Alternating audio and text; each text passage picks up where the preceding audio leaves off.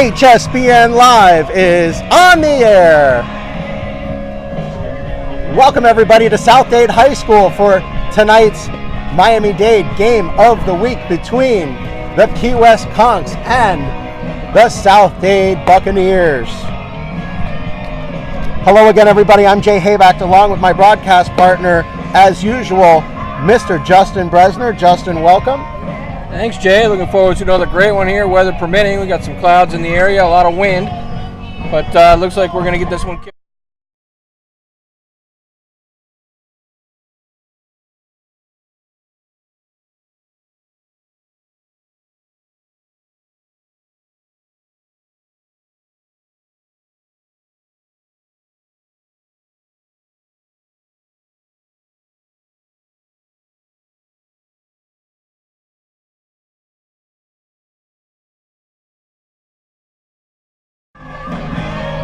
That is camera one.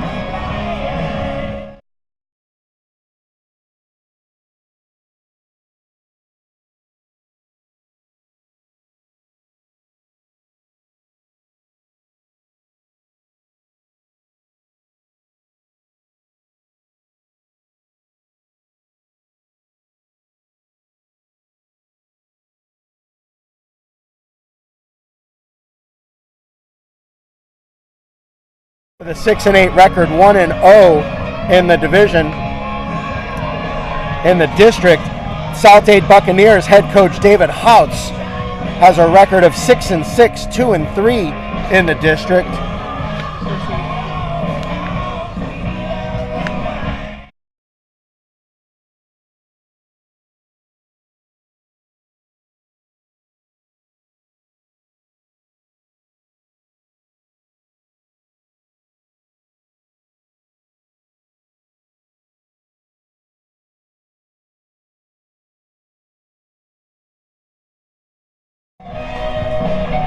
Camera one, you can see there is some lightness coming behind the darkness, so we are hoping that this game gets in without incident.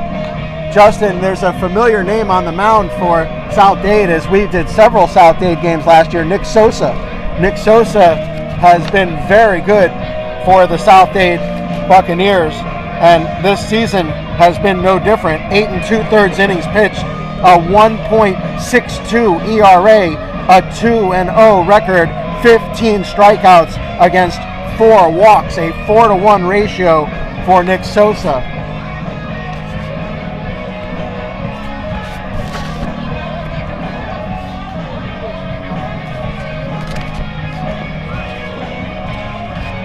For Key West, it's going to be Tommy Morales on the mound, also 8 2/3 inning pitch.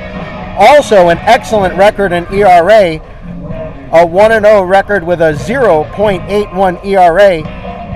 But Justin, the interesting thing about Tommy Morales is while he does have 8 strikeouts in 8 2/3 innings pitched, he also has 9 walks, which is not common for a pitcher to have such a good ERA and such a high walk percentage. Well, we'll see. If they walk that many tonight, they're in big trouble, Jay. They're going to have to keep them off the base paths and make them hit. Yeah, especially with this South Dade lineup. South Dade does feature some excellent hitters in there.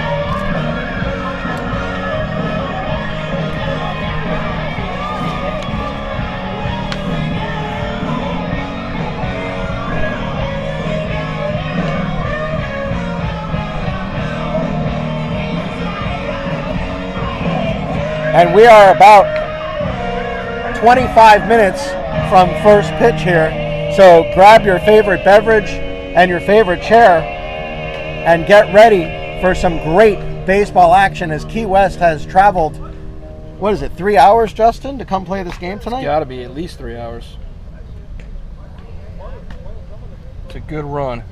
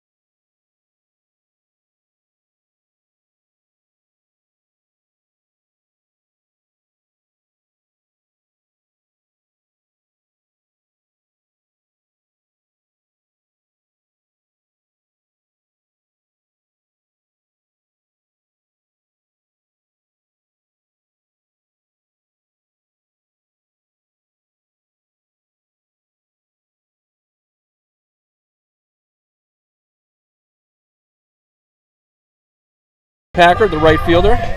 Batting 6th will be number 18, Preston Hurst, shortstop. Batting 7th, number 14, Michael Alfonso, the third baseman. Batting 8th is going to be number 9, Mason Neller, the second baseman. And in the final 9th spot, you got number 6, Spencer Vinson, the center fielder. And that is the starting lineup for the Conchs tonight. And as we mentioned, it's Tommy Morales on the mound, and we'll give those stats one more time for Tommy Morales. 8 2/3 innings pitched, a 1-0 record, a 0.81 ERA, and a puzzling 8 strikeout to 9 walk ratio for the South Dade.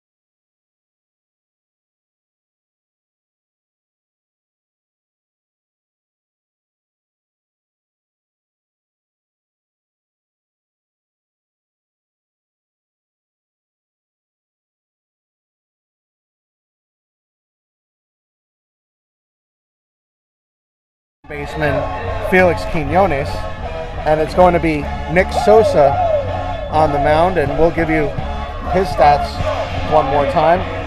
Of course, Nick Sosa, a veteran, and Justin, we have done, I'm going to say 3 games with Nick Sosa on the mound last season for South Dade High School. Nick Sosa this season, 8 2/3 innings pitched, just as his compatriot. 2-0 record, 1.62 ERA, and 15 strikeouts against 4 walks.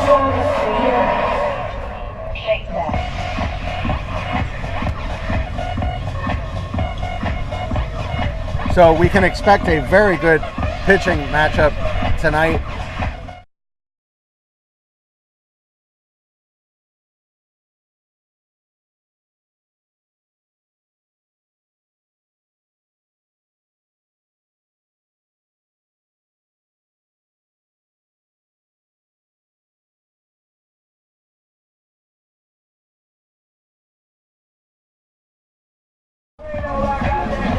And as you folks can see in the distance, even though it is a lighter sky in the distance, it is getting dark here.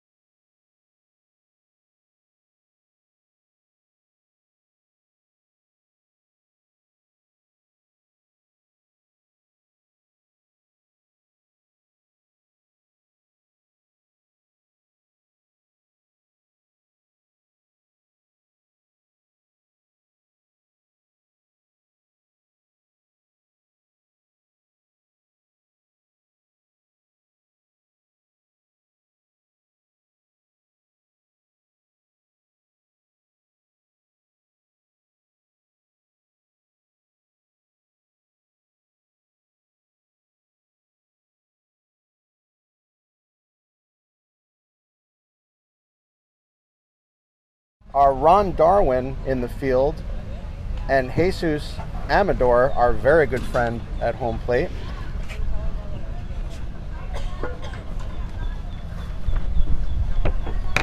Justin Jesus was one of the first people when AUBL Miami started to help me get our first ever field. A very, very good friend of AUBL Miami is Jesus Amador, and we are so glad to see him here tonight. Is that a new scoreboard, Justin? I don't remember the scoreboard being in center field. I remember it being in left field. I'm not I think sure. that's a new scoreboard. We'd have to ask the coach. We're going to have to ask David House.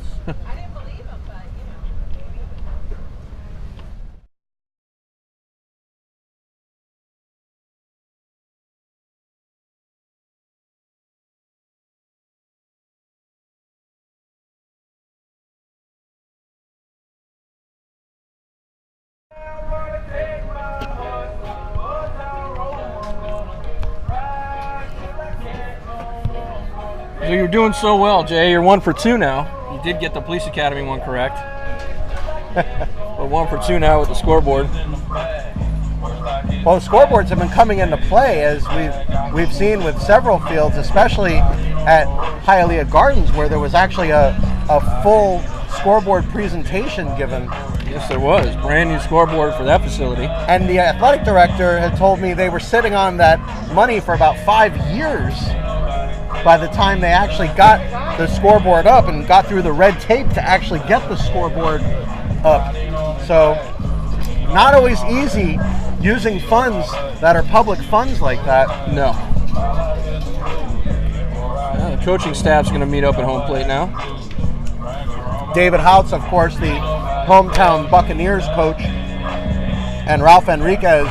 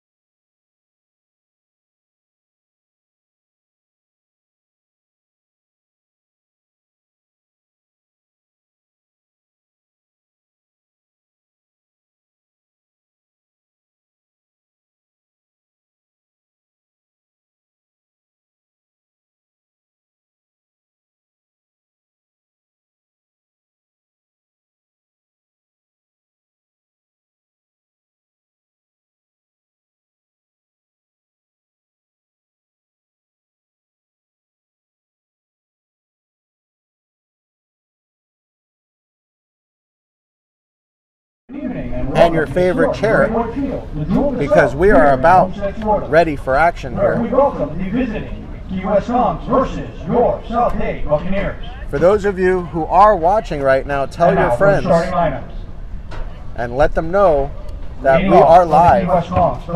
And also, don't forget to use the live chat line here on YouTube. Batting second, the designated hitter, number 24, Trevor Zolch. See, we got that right. Batting third, the catcher, number 19, Brendan Rooney. Batting fourth, the first baseman, number 28, Dane Black. Batting fifth, the right fielder, number 30, Casman Packard. Batting sixth, the shortstop, number 18, Preston Hurst. Batting seventh, the third baseman, number 14, Michael Alfonso. Batting eighth, the second baseman, number 9, Mason Neller. And batting ninth, the center fielder, number 6, Spencer Vincent. The head coach of the Key West Monks is Ralph Enriquez.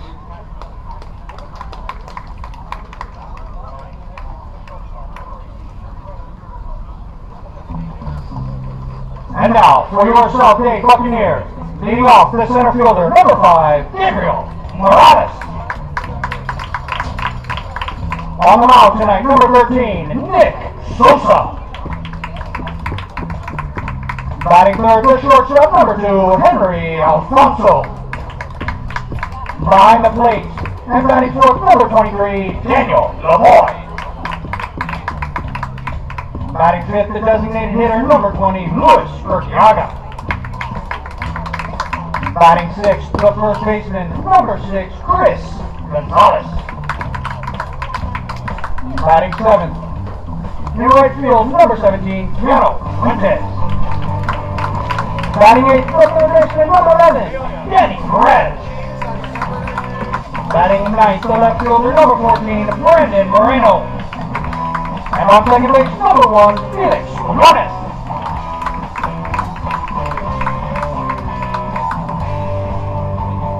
The head coach of the South Dade Buccaneers is David House.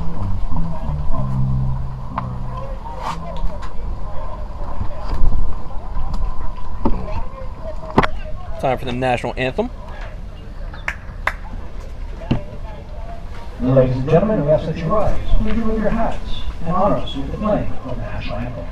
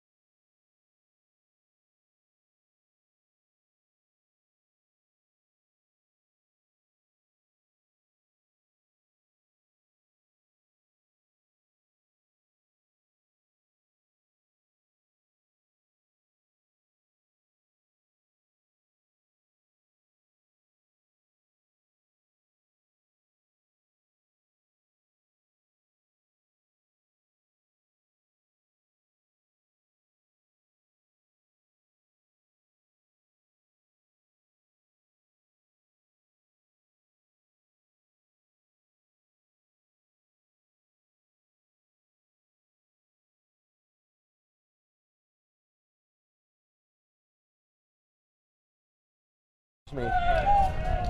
That would be something from the leadoff spot. No. He's only at 14 at bats, I meant to say. Okay. So has not been in the lineup as much for the Conch. So a little bit of a new look here for Key West Conchs, and Nick Sosa getting ready. And here's the first pitch. And it is in there for strike one. You can see the tail on that fastball, Justin, as we typically see from the lefties. He's got some good stuff. That one is and that one popped up, and it'll be a base hit. So a blooper between second base and the right fielder out there.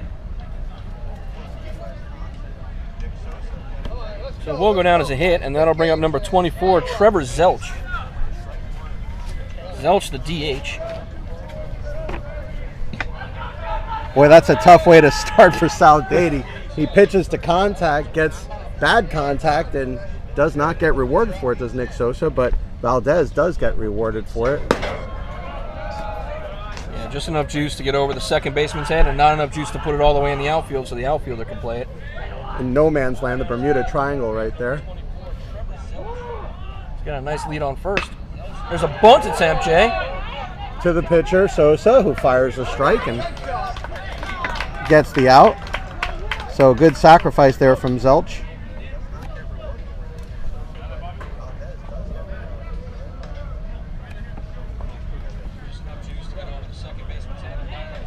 That's going to bring up number 19, Brendan Rooney, the catcher. No, batting the catcher, number 19. Announcer will let you know that as well. So Rooney now with 1 on and 1 out, stepping up to the plate.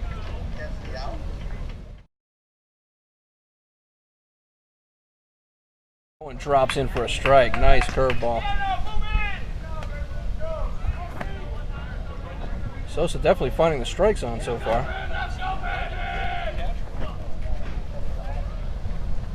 Good curveball, hit hard, but right at the third baseman. Fires it off the bounce. Did he get it? No, he did not. And here comes the runner advancing now. And here's the throw. It's going to go way over his head. Key West is going to score a run.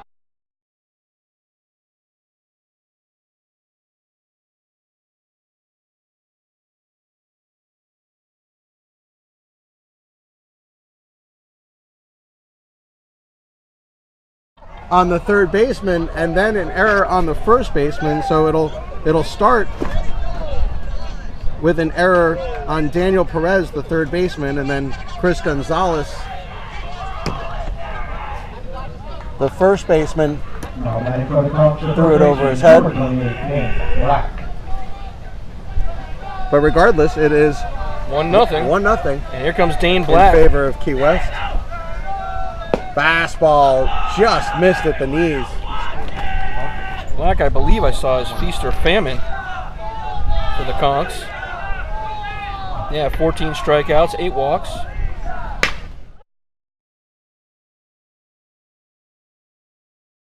The third, it went all the way out to the wall, rounding third and on his way home.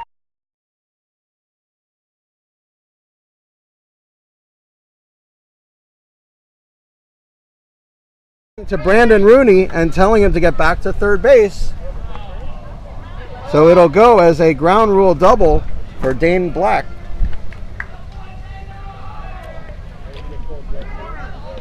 Big hit for the Conchs for the first baseman there. Now batting the right fielder, number 30, Caspian Packard. So 2 on, 1 out for Caspian Packard, the right fielder.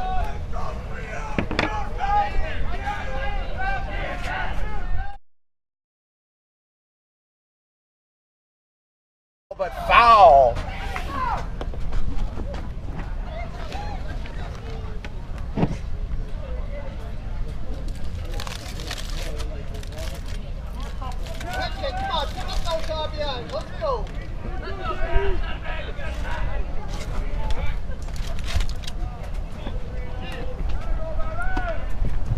Big lefty here in Packard. So big situation here for Key West in the first inning, second and third, and only 1 out, 1 run already in.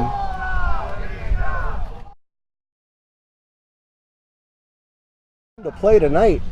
And that one hit to left field. That's going to get down for a base hit. 1 run will score.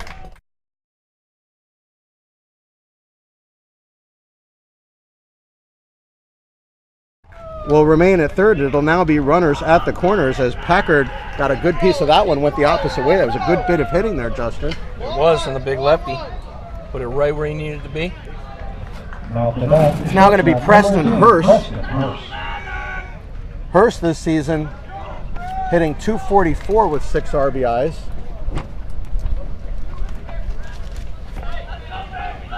Big situation here for Key West already with 2 runs in.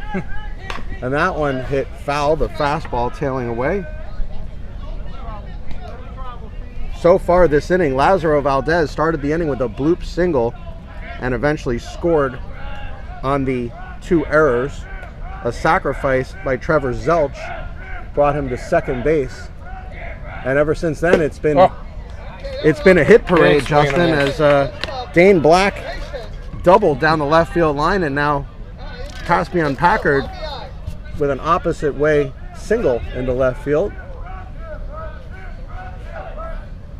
That one hit on the ground on the right side. It's going to be a hard play.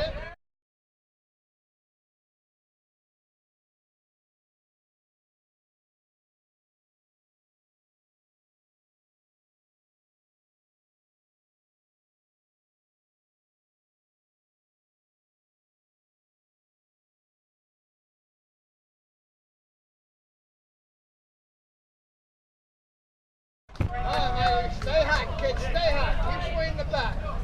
Folks, you can also see that we are featuring our new scoreboard.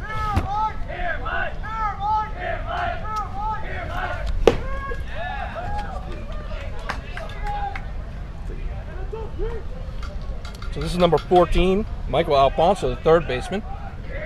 The scoreboard has not caught up to the action yet as 3 runs have scored. Curveball in for a strike. We'll see if the scoreboard catches up to the action here. Our scoreboard has caught up.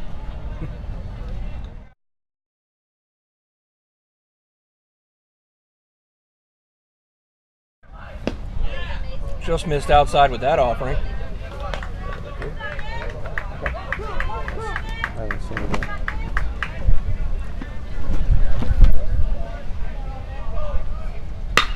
And that one hit hard.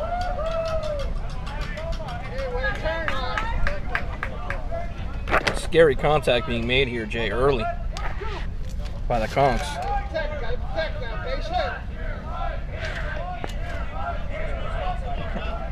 Curveball hit to left field. Is going to get down for another hit.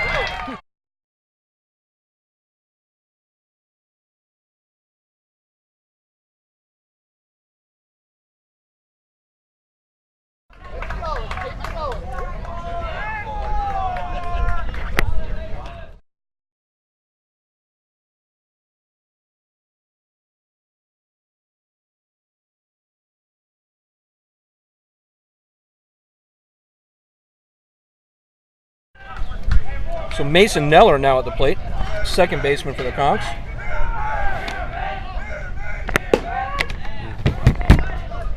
Get ready, gotta be ready. I'll be outside.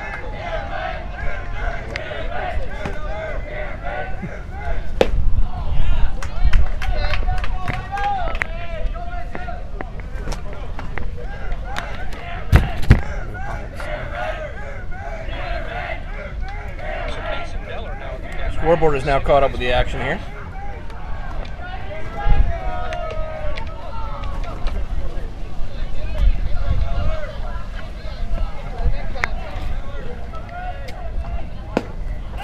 Tapped out of first, and it's going to go over his head all the way into right field.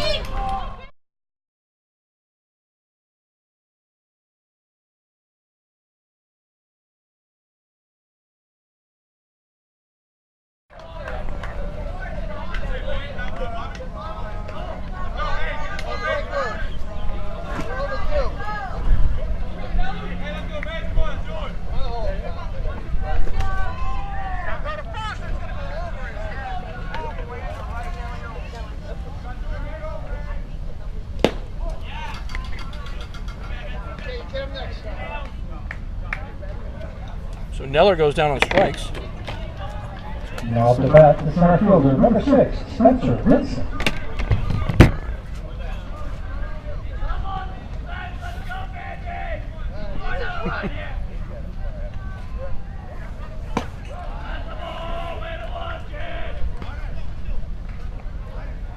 So the number 9 hitter is Spencer Vincent, the center fielder for the Conks. That went in for a strike. Sosa has been unfazed through all of the action here. Well, they're now batting through the order here, Jay. Another strike from Sosa. Come on. Check now. Ahead. Number 9 hitter, Spencer Vincent. Not the start we expected here. Curveball, big swing and a miss. He struck him out. And that is 2 outs in my book.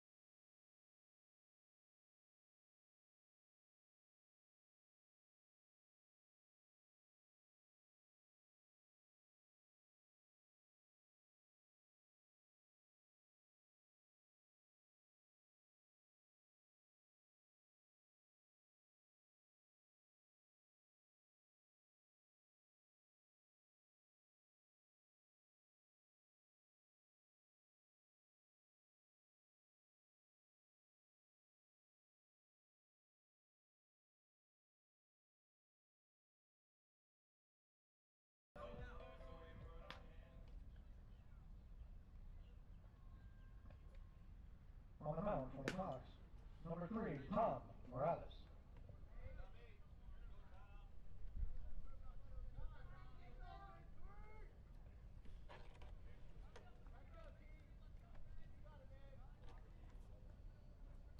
So we're going to start off with Morales versus Morales. As Tommy Morales takes the hill and Gabriel Morales, For the Buccaneers, Lead number off. 5, Gabriel Morales.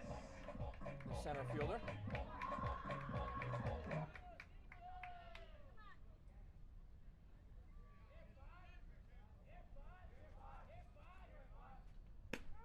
Here's a fastball in for a strike.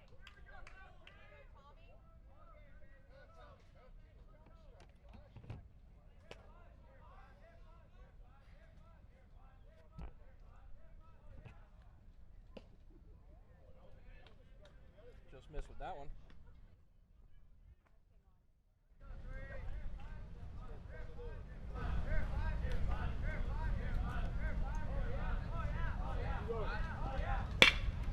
There's a shot to second.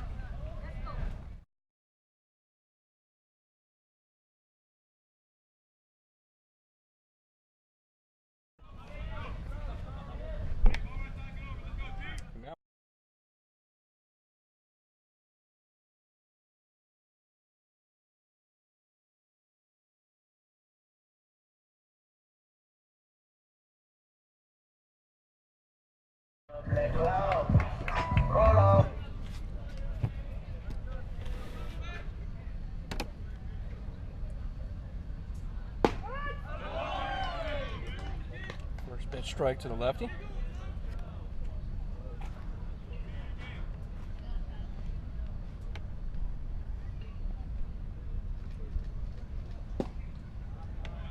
Watches that one stay low.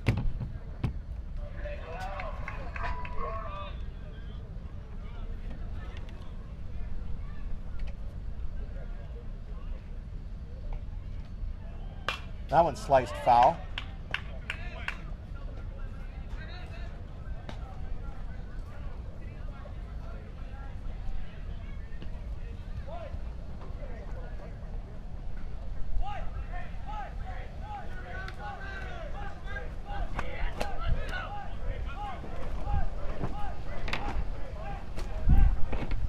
That one Sosa hit with to a left pop. field, but right at him.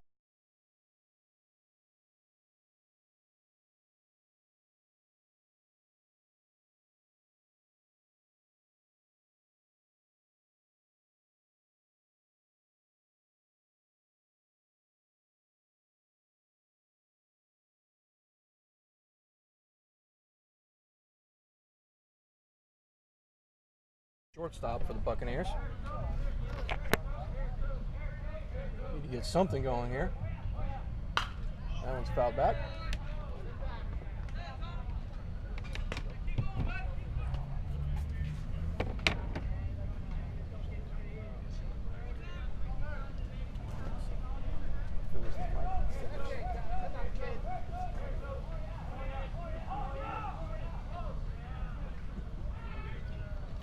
Alfonso steps out of the box, resets.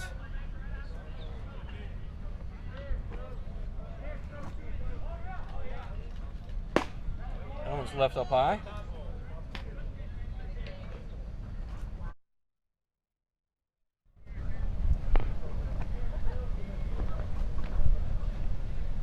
Alfonso not chasing. And there's a shot. That's going to get down. Hard. It's going to be a base hit.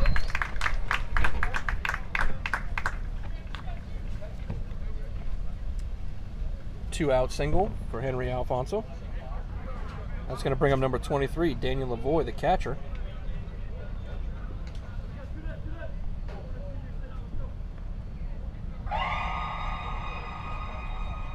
Now batting, number 23, Danny Lavoie. Te me dicen algo albarazazazo. Yo soy un Jordan, tú vienes siendo Puma. Tienes que quitarte llevo el toro con tu tuma. South Dade looking to put one hit at a time, one runner at a time here.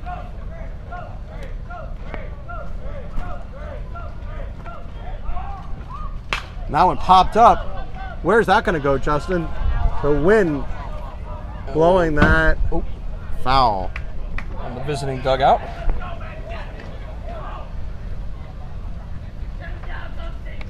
So far, so good.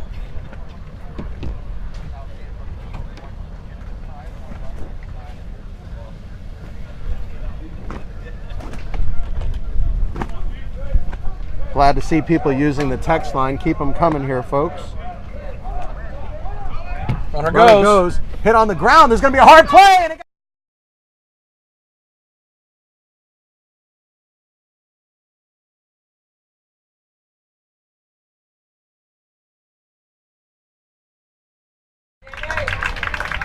nice double for Lavoie.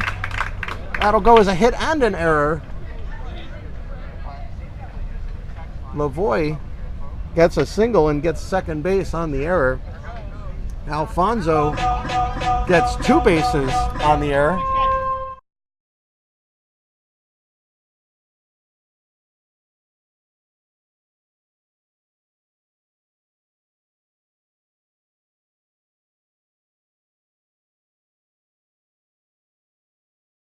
The DH steps up.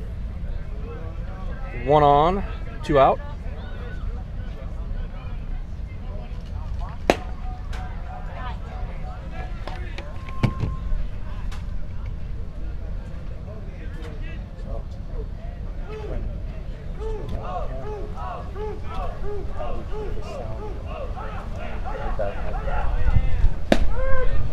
Caught the outside corner with that one. Buccaneers not going to be able to sit and look at too many of these pitches. As they are still down by 4.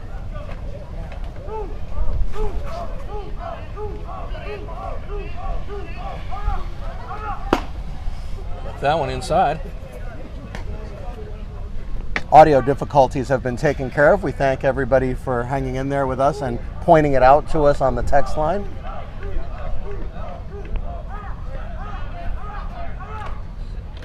Fastball pops up. The wind is going to take this, Justin. This is going to be a hard play. Drifting over, and he makes the catch. that will do it. Thespian Packard had to travel a long ways to get there, but South Dade does come up with a run. They did put one up. So the score now 5-1 with the visiting Conks beating the home Buccaneers. As we head to the second inning.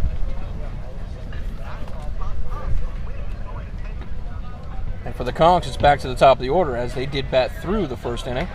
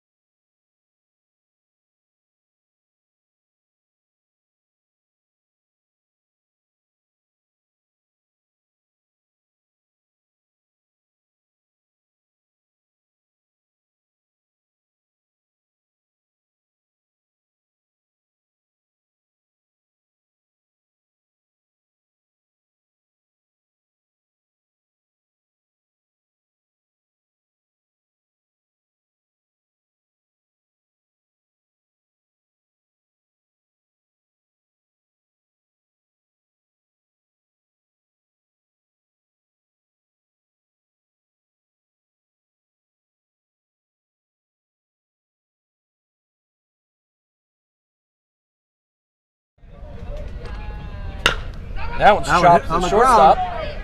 It's going to be a hard play, and he got him at first. That will do it. Big out there. So the threat is thwarted, but South Dade puts up another run, and it is now 5-2. Yeah, well fielded by Preston Hurst. He's been busy today. Over there at short.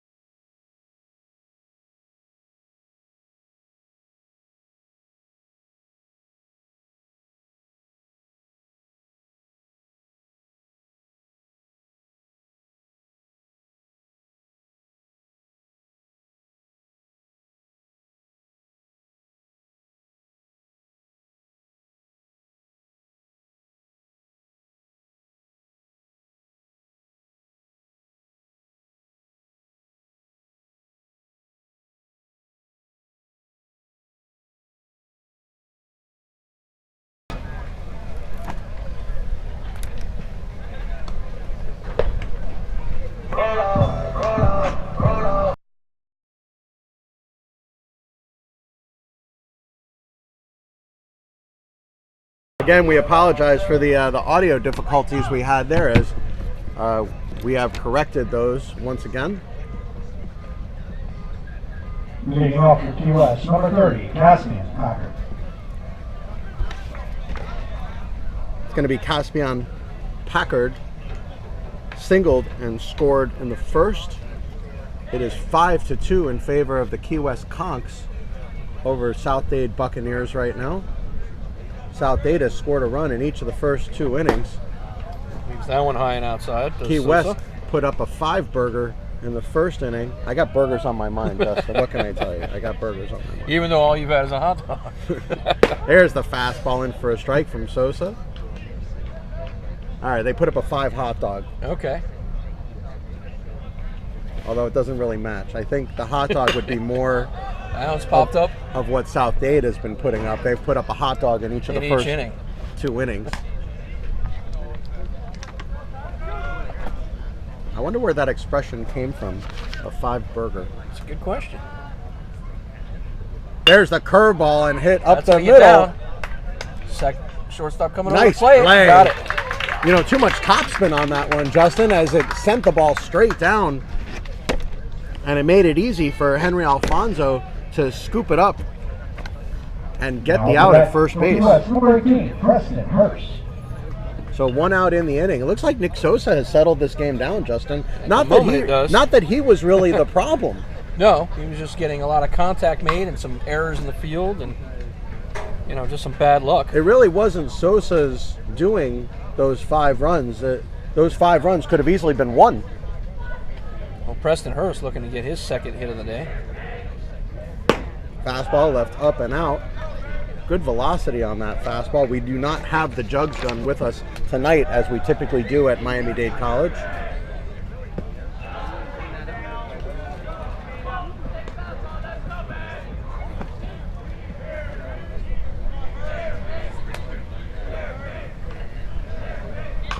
Foul that one away. Sosa seems to be in his rhythm now. He has retired 6 of the last 7 batters, Justin, and many of those via the strikeout. 4 of those via the strikeout. 5 5 of them.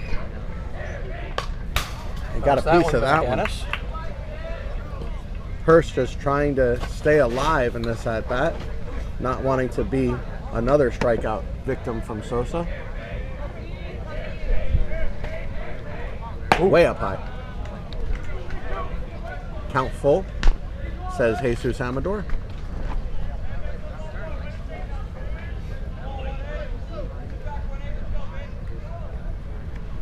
curveball just walked him. missed. That takes a lot of nerve to throw that big sweeping curveball in a 3-2 count. You know the hitter's not looking for it, that's for sure. I sure as heck wouldn't be looking for that. Didn't pay off in that instance. Here's Michael Alfonso, number 14. Also had a single in the first, but did not come around to score as the next two batters were struck out. And that one is going to be foul. So in the first inning, he was the last successful batter that came to the plate. Michael Alfonso, number 14, also had a single in the first, but did not come around to score as the next two batters were struck out. And that one is going to be foul. Replay there. As we are now starting to be able to get some replay abilities here. That one's left inside, almost gets away from the catcher.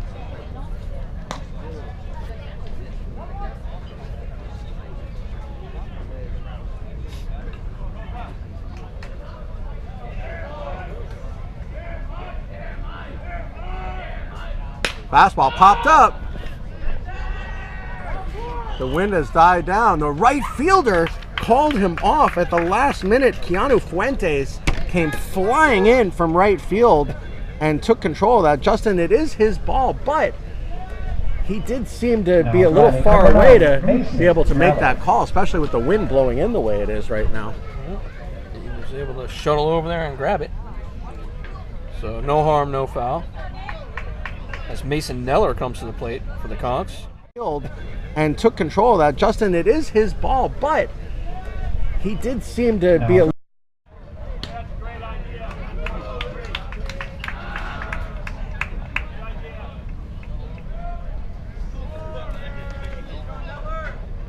Neller struck out in the first, so not not still at the plate today, but he has been stellar in the field as he's made a couple nice. And that one hit in the hole. It's going to be a base hit. That's going to get down. And now he's on.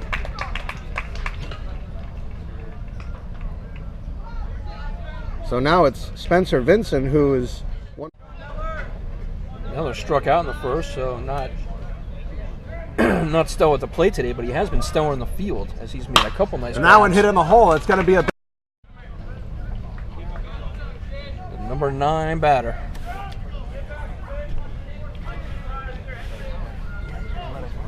And lefty goes to lay down the bunt. They had him, But they let him stay. Can't have a throwing error at this point.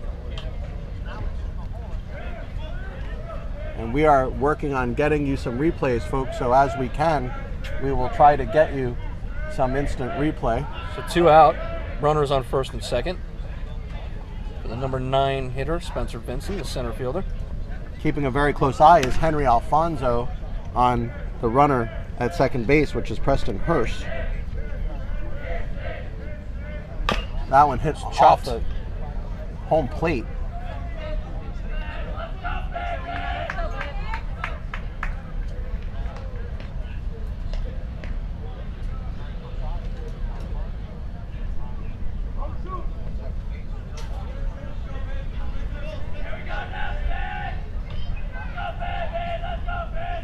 Fastball just missed. With that one. South Dade dugout liked it.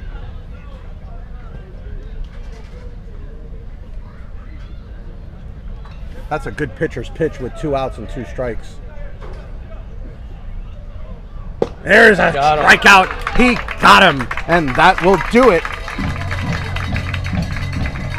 No runs again for Key West as Nick Sosa has taken control.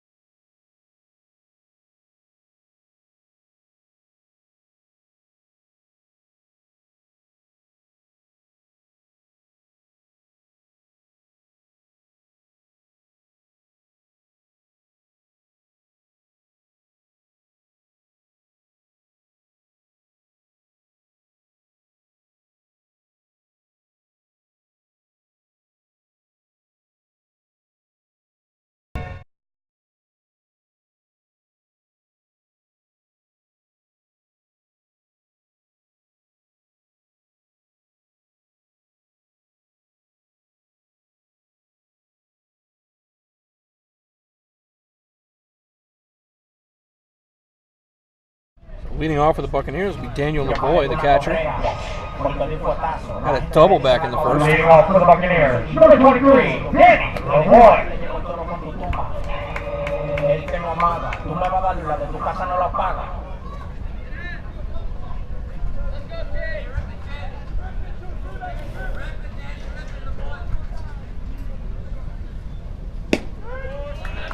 Caught the outside for a strike on that one.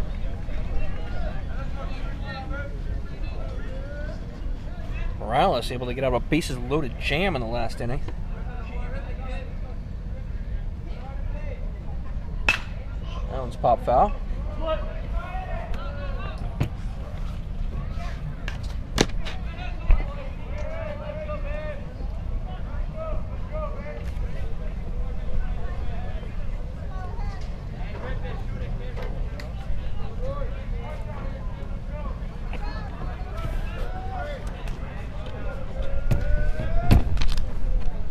Fastball missed.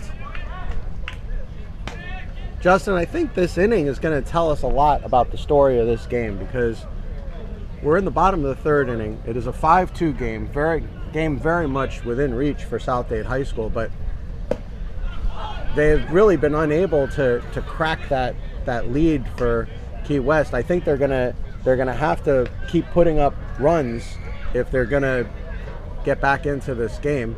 Obviously, 3 runs again is not a huge lead, but to get that momentum, That one's foul back at us. to get that momentum, they're going to need to consistently put runs up each inning, unless they have an inning the way Key West did and are able to put 2 or even 3 runs up on the board at once. Well, I mean, kind of a letdown in the last inning as they only put up 1 and left the bases loaded. Yeah, that was a So- change in momentum for sure. We'll see if they can get back on top here. Low, The boy lays off that one as it's low and outside. and even though there are some dark clouds on top of us, they are not rain clouds, not as of yet, as we are keeping a very close eye on the radar here, and it does not show any rain as of yet. Outside, he walked him, a leadoff walk. So Daniel Lavoie, with a scrappy at bat, earns the walk, and it'll be again Number 3, Say it 5 times fast. Anthony Artola will be the courtesy runner. Luis Urtiaga Now batting number 20, Luis Urtiaga. will now hit. Urtiaga.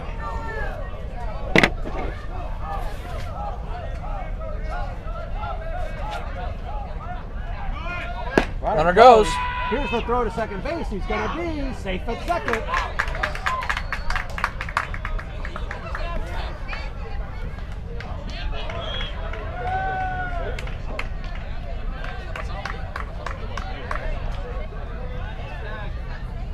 I don't know why it keeps reverting back to the darkness. But What happened here, Jay? We had a situation with the runner. It appeared as though the pinch runner had made his way to second. And now there's some questioning over at first base. looks like David Hotz has made his way all the way out to talk to Ron Darwin. Is this frozen?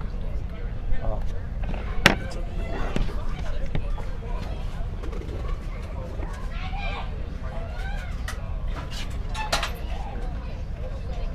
So apparently Lavoie was called out at second.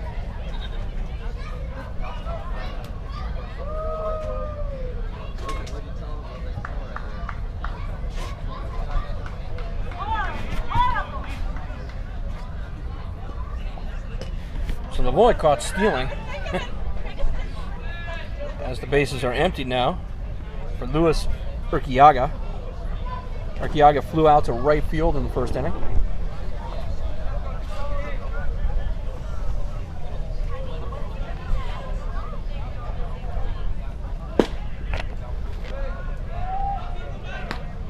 Lays off that offering.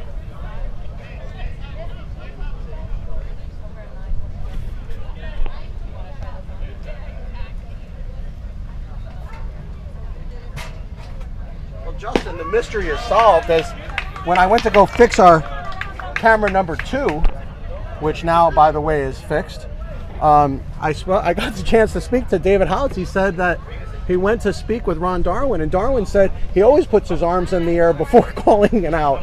So I don't know, it's a little confusing for us, but either way, he is out. So out at second is the call. It was just a straight out call at second base. There's a chopper towards first.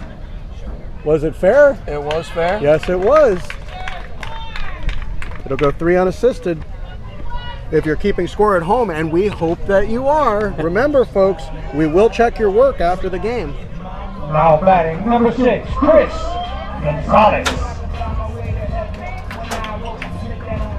Chris Gonzalez had a single and came around to score the lone run in the second inning for the Buccaneers.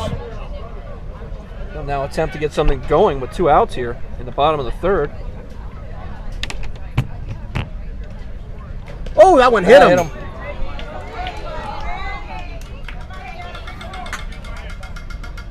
A single and came around to score the lone run in the second inning for the Buccaneers. They'll now attempt to get something going with 2 outs here in the bottom of the third. Oh, that one hit him.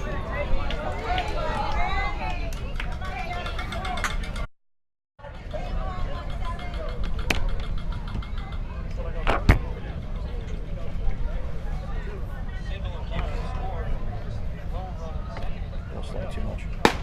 Don't slide too much.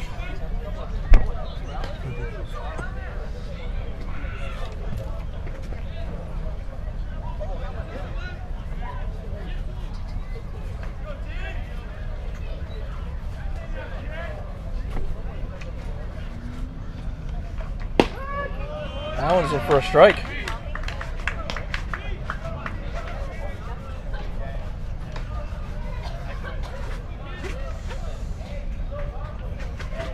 Nothing.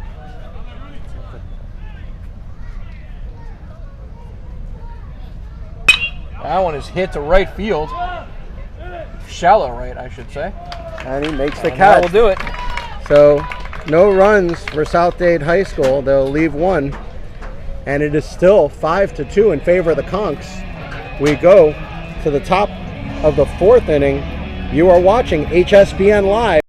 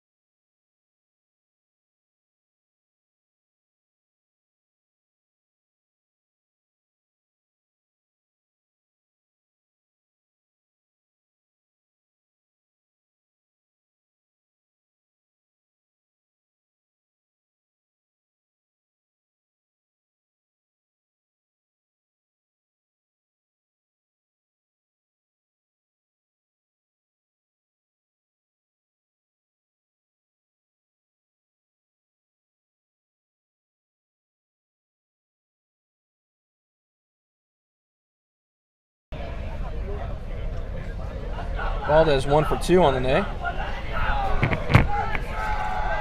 Well, Justin, I can't tell who's got momentum. It is hard to tell right now who has the momentum in this game because you got a 3-run lead for Key West. The last 2 runs that scored were scored by South Dade, and Nick Sosa has been on fire on the mound. Well, if you want to go by the volume of the benches, I'd have to say that Key West. It is hard to tell right now who has the momentum in this game because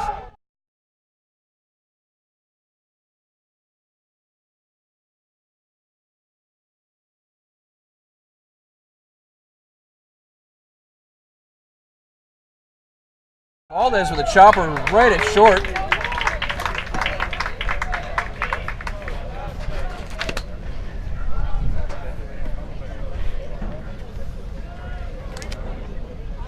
Nice play made by Alfonso there. Trevor Zelch now at the plate. Zelch 0 for 2 on the day, but he did have a sack bunt in the first inning.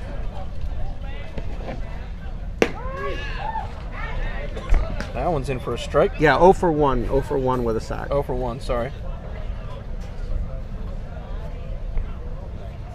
Big swing at that one. He was late on the fastball.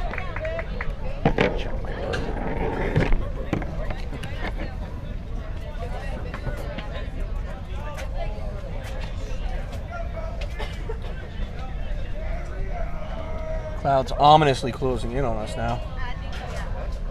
As we get closer to 8 o'clock, we're supposed to get some rain. Let's hope it stays away for a little longer so we get this game in. Allen in for a strike, and he got him looking. So 2 quick outs for Sosa and the Buccaneers. That's going to bring up Brendan Rooney.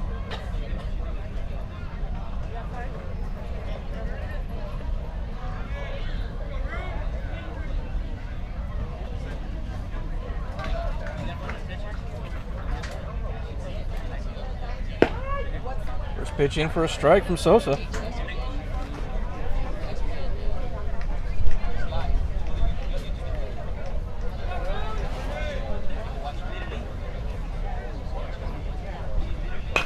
That one's fouled back. So Sosa on top of Rooney quickly here. With 2 outs in the top of the 4th.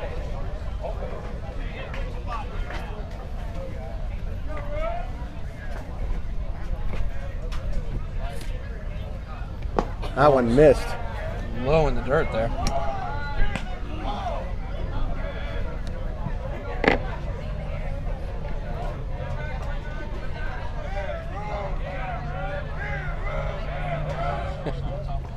That one hit right to short.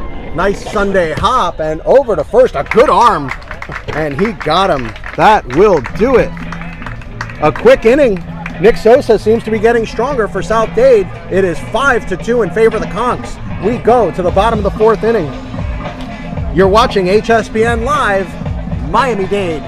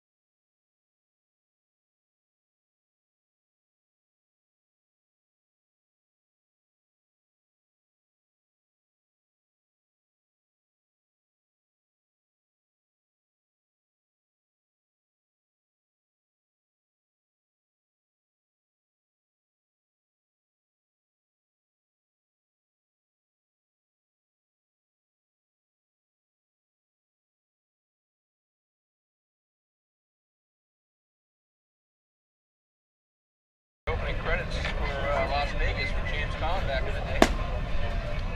This was the song they used.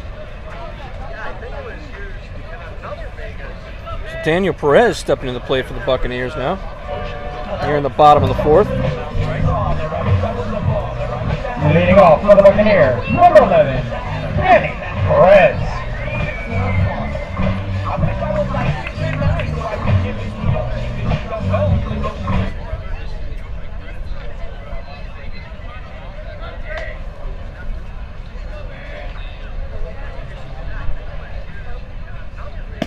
one misses way outside.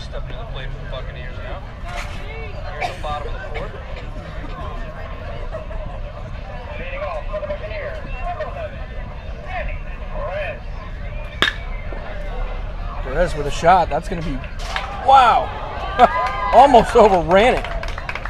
That one misses way outside.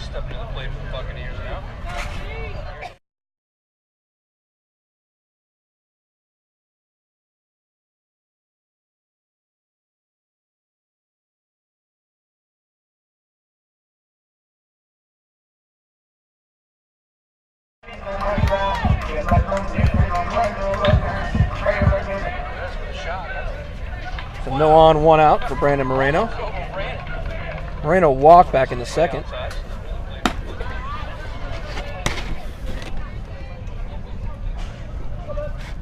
You shot? Yeah, I got that one. That one hit hard, and that's going to be a base hit. And it gets by the left fielder on his way to second. Rounding second, and he'll stay right there. It'll be a one-out double for Moreno. Yeah, I got that one.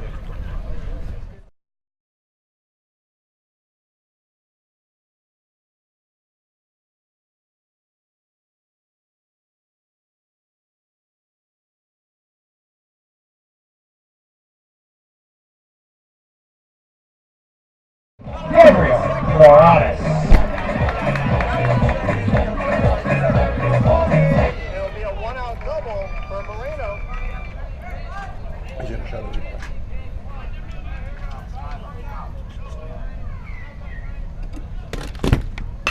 Popped up. That one is This is going to be a playable. hard play. Up and over, and he got it. So Mason Neller swings over to make that grab. 2 outs in the inning.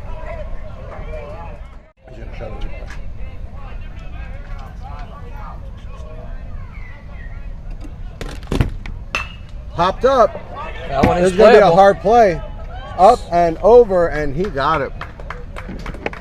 So Mason Neller swings over to make that grab. 2 outs in the inning.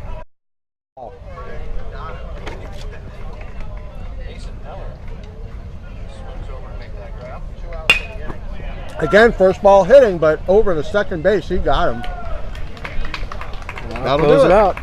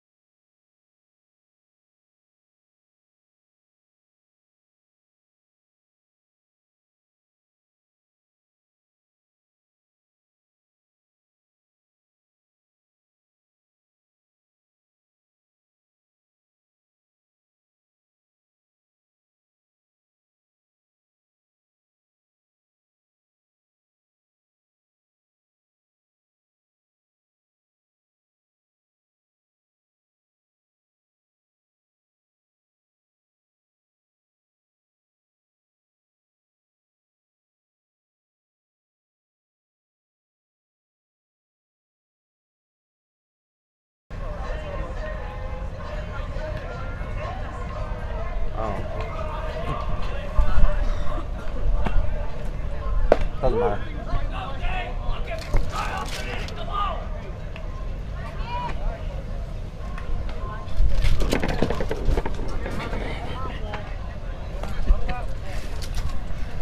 So Dane Black going to lead off the 5th inning for the Conks.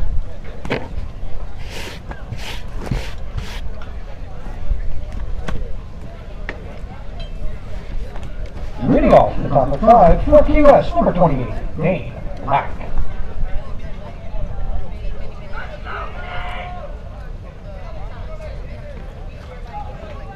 Black had a 2 RBI double back in the first to get the conks going. That one is hit hard towards the third base. Good arm Play is at third. made.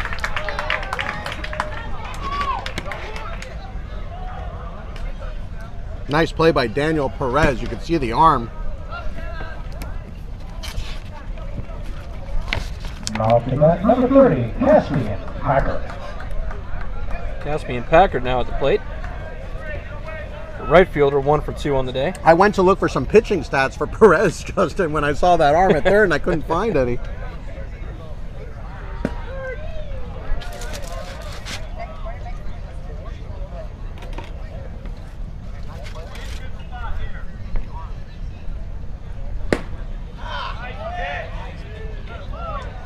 Just missed with that one.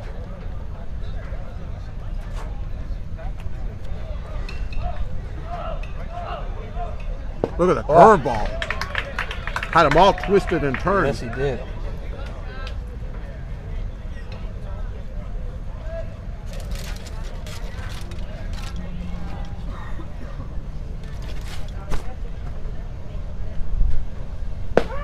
Oh, he caught In him. for strike 3. He struck him out.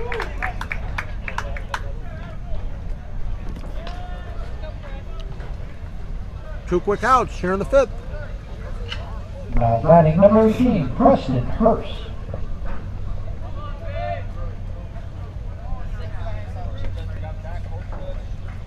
Goes to bunt.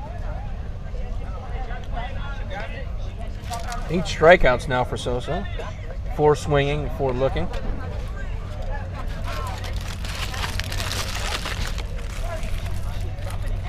Fastball, he drove it down the bunt. Sosa turns and fires off the bag. Too fast, too hard. Be an infield hit.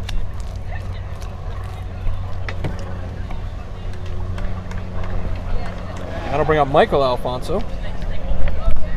Now batting for QS, number 14, Michael Alfonso.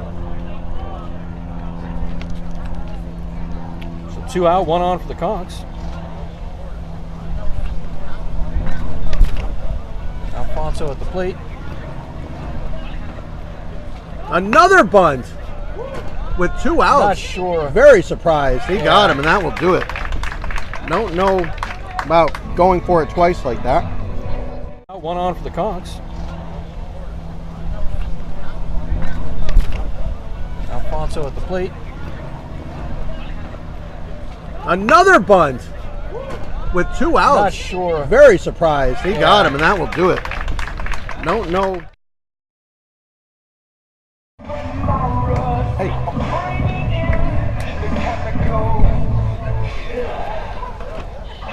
All right, well, I'm broadcasting right now, so just make it fast.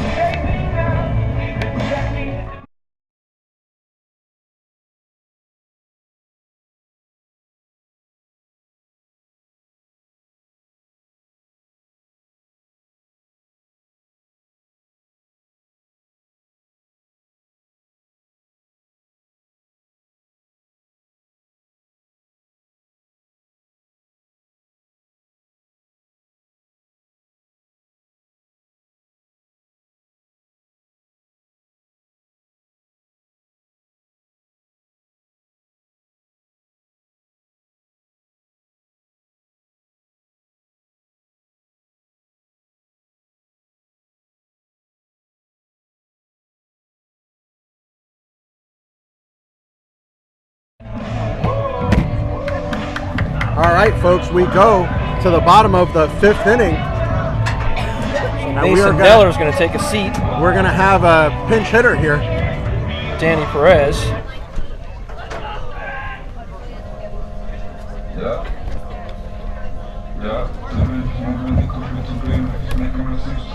Leading off for the Buccaneers, number 2, Henry Alfonso. Huh? Oh, we had the wrong side. Both of us did.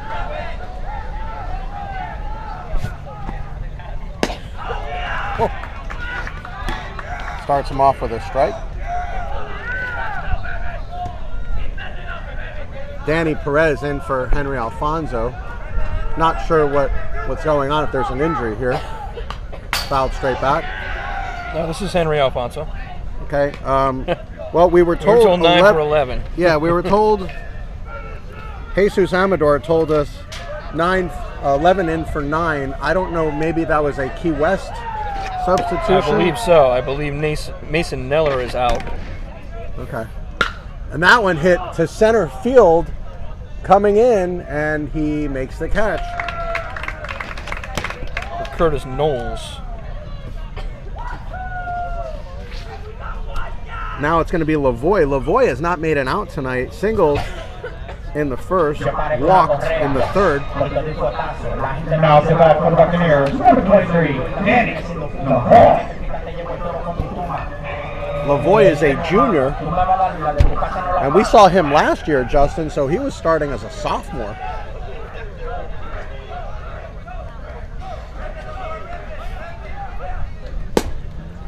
Watches that one stay low and outside.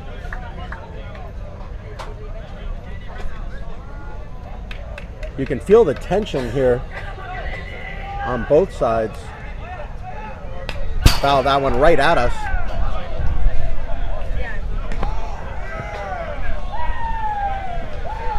Ric Flair has joined us.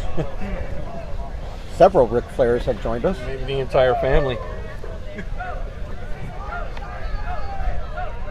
We are, of course, making a joke as to all of the yelling and screaming going on at the Key West bench, sounding like the Ric Flair yell. I'm not even going to attempt it, Justin. You want to give that one a shot? No, if anybody really wants to hear it, you can find the guy at the Panthers game. Looks just like him and does the shout just as well as he does. Outside. I'm gonna say it sounds like woo, but much louder and much more pronounced. Yes.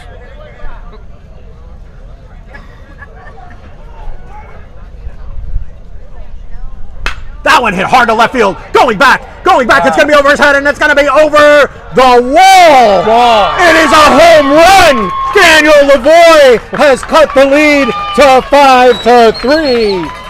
A huge home run to left field by the catcher. Wow. A one-out bomb to left field. Daniel Lavoie has hit a monster shot over the left field wall and has brought this game one run closer. The tension starting to get even thicker now. Daniel Lavoie has hit a monster shot over the left field wall and has brought this game one run closer. The tension starting to get even thicker now.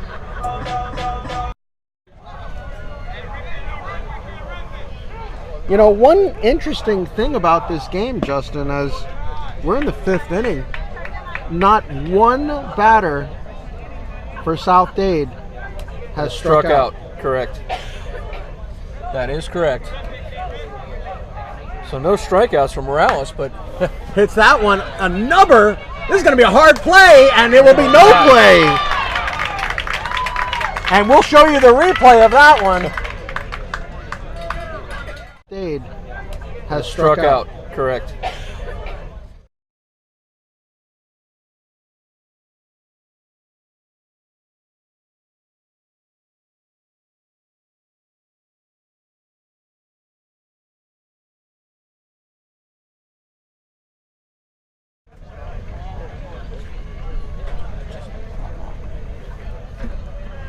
So there is a meeting on the mound for the Conks.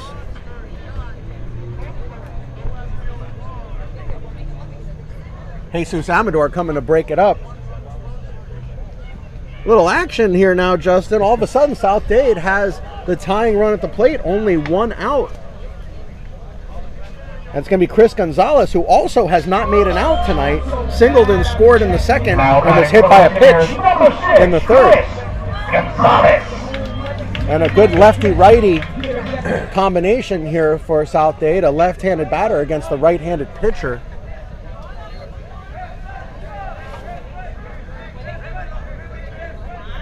And we'll see, it's a good lead at first base. We'll see if Urquiaga has any thoughts of going. Not on that pitch.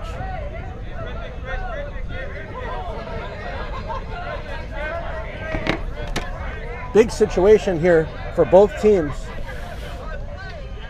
Fouled straight back.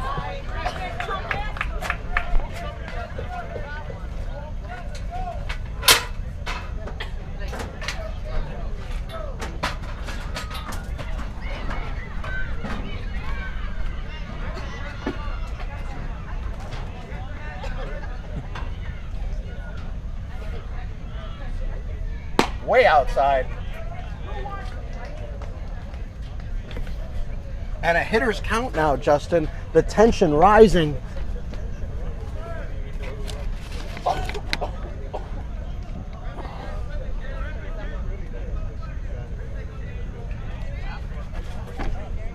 Big swing at that one. Swung right through it. He gave him the fastball on a 2-1 count. If ever you were looking for a fastball, that was the pitch. Big lead at first base again.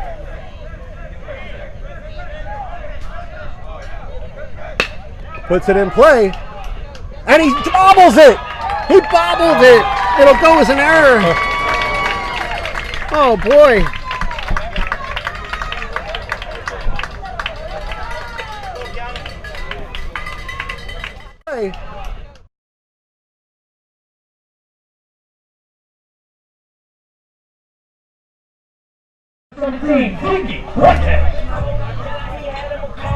Keanu Fuentes now, the batter. I think they say he goes by Kiki.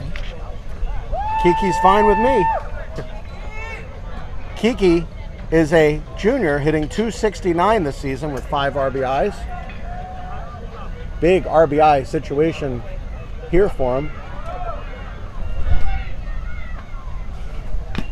As South Dade, Justin, continues to put the ball in play, and good things are happening for them.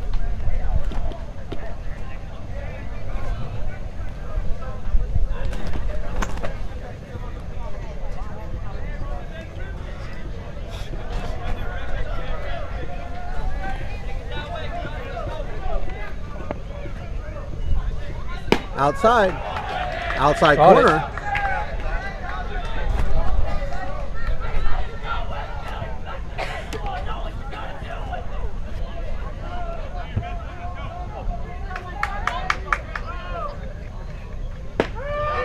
In for strike 3. He struck him out. Boy, both those pitches looked a little outside and a little inside.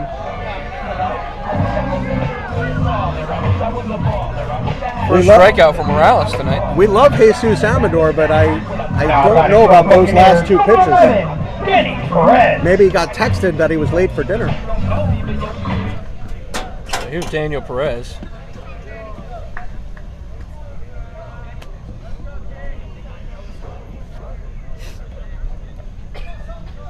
Two on, 2 out now. That one missed.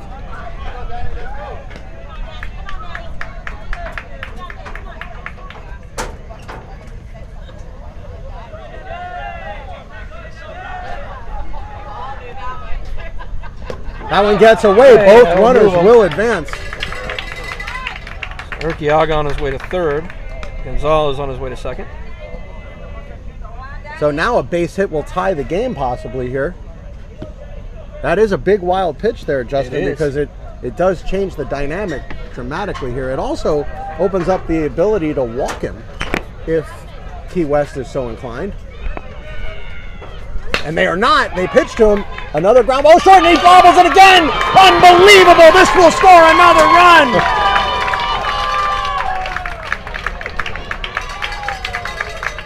Here, it also opens up the ability to walk him if Key West is so inclined. And they are not. They pitch to him. Another ground ball short, and he bobbles it again. Unbelievable. This will score another run.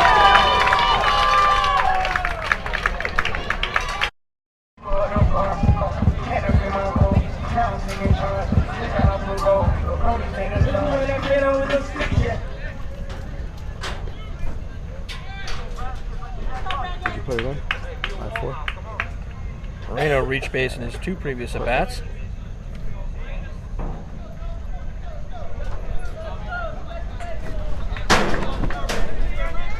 You had it right. No, bottom. You had it right. Foul that one back. Right back at us.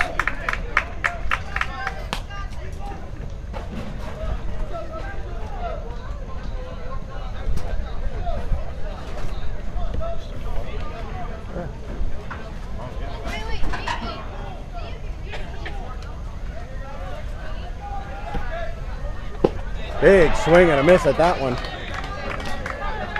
This game has gotten very tight, folks. We are in the bottom of the 5th inning.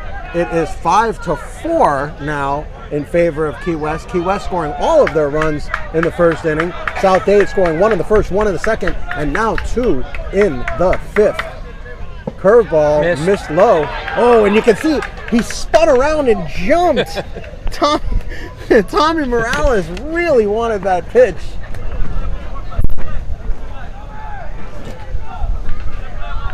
Jesus Amador won't like that he showed him up on that one.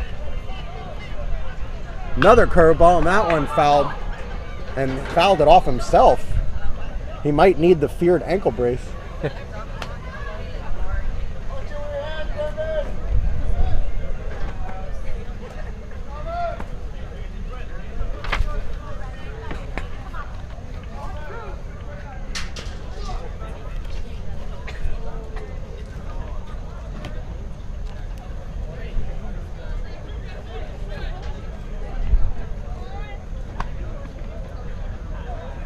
Still only 1 out here, folks. Excuse me, there are 2 outs. 2 outs, 1 on. Excuse me, there are 2 outs. 2 outs and 2 outs, on. 2 on. Runners at 1st and 3rd. We'll see if the runner at 1st, Daniel Perez, is on the move here. He is. Fouled straight back. Have to head back to 1st.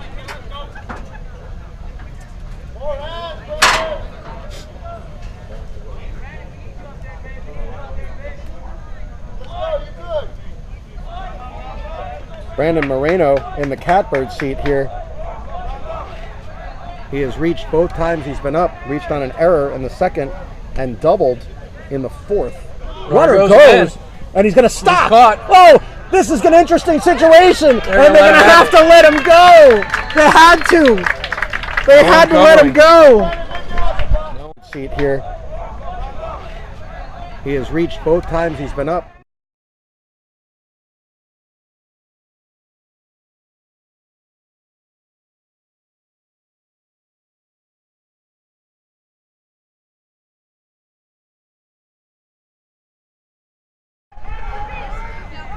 Curveball in the dirt. No one's going. What a situation here. Well stopped by Brendan Rooney there. Folks, if you've just joined us, where have you been? We are in the bottom of the 5th inning. South Dade trailing 5-4. Key West scoring all of their runs in the 1st inning. South Dade now with runners at 2nd and 3rd and 2 outs. Low. The count is full. It is 3-2. The runners will not be on the move because first base is open. But a payoff pitch awaits us. 3-2 and 2 outs. Justin, if he throws anything but a fastball here, I will be shocked. I don't think he's looking to load it up here.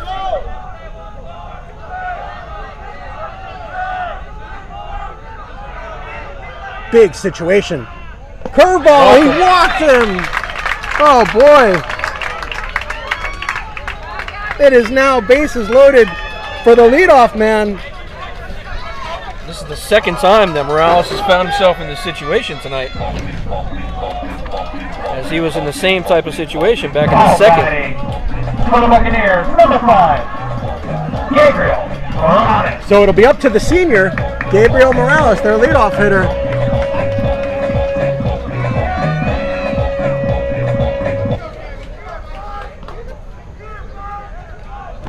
All bases are occupied. There are 2 outs. Bottom of the 5th inning. South Dade down 1 run. Fastball in for a strike. Justin, we got another good game. We do. That's all we wanted. Every game that we have done has been just like this, where one team will take the lead early, and then the other team will come back. That one hit hard to third base, who will take it himself. And that will do it. Key West gets out of it. For a second time tonight. But South Dade does put 2 big runs on the board and now only trails 5-4. We go to the top of the 6th inning. You are watching HSBN Live. Hit hard to third base, who will take it himself.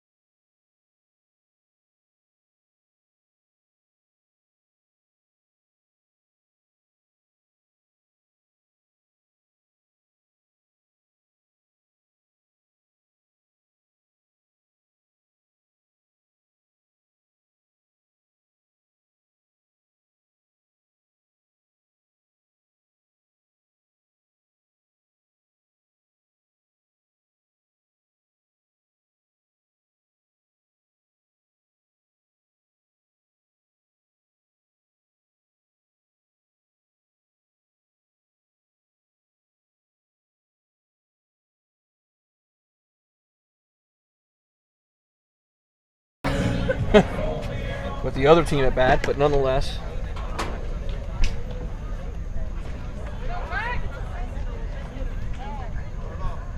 So here's Curtis Knowles, as advertised. Leading off for US number 11, Curtis Knowles. They took out Neller after Neller had a base hit in his last at-bat. Rare that you see that. He did.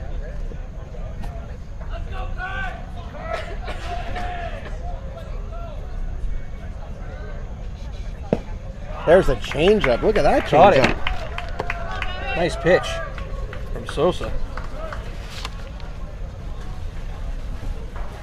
Next offering. That one's chopped to third. That's going to get down. Shortstop makes the grab, but too late. Look at that! Oh! Wow. Almost got him. We'll look at the replay. Let's. Nice pitch.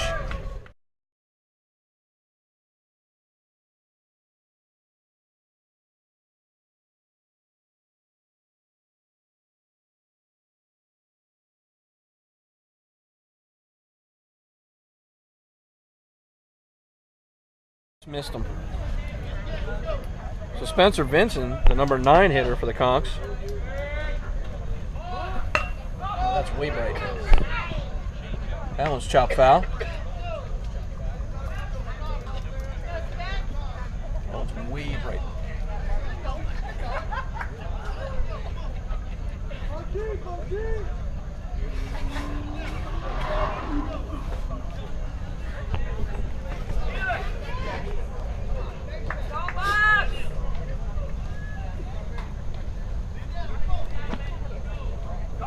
Is he going to bunt?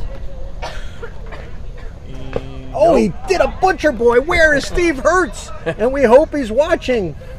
Steve Hertz, they went for the slash. Or butcher boy, depending if you watched baseball in the 50s or the 70s.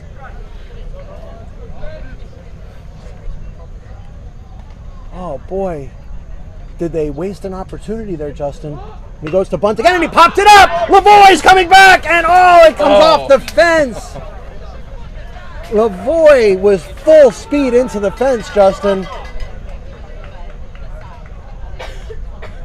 And now with 2 strikes, are they going to force him to bunt again? He has struck out twice tonight. That tells me they're going to... Number 8, Lazaro Valdez. Oh, That was with 2 strikes. No. So it was an out. So Valdez now will come in. We had missed a pitch. That was an out.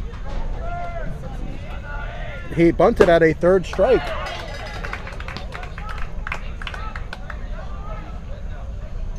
So he's now struck out 3 times. It is Lazaro Valdez now with 1 out and 1 on. In the dirt, Lavoie makes a good stop. Like a cat back there.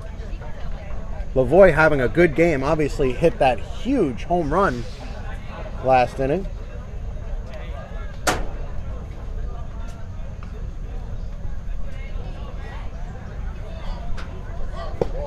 That one misses. Just inside. Did it hit him? And somehow, the runner made his way to second. There's some confusion Not sure now. how that Darwin, the base A umpire, balk. coming in. No. Maybe it was a balk.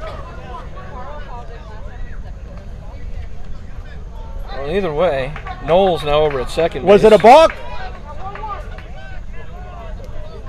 Yes. Thank you. It was a wasn't. balk. It was in Okay. fact a balk. Foul tip. That one is now 1-2. I did not see the balk there.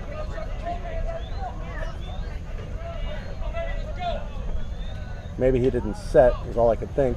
Big curveball, Missed. misses up high. Gets Jesus Amador in the eye with some clay. It's a hazard of the job. Shakes it off. Big swing and a miss. He struck him out. It's a big out for South Dade. Another strikeout for Nick Sosa. Trevor Zelch now coming to the plate. That is the 9th strikeout for Nick Sosa. And Zelch has been caught looking twice against Sosa. And also had a sack bunt in his first at bat. Foul that one straight back at us. His last 2 at bats, with the bat on his shoulder, he has not taken a swing. I'm sure he'll be getting the bat around this time.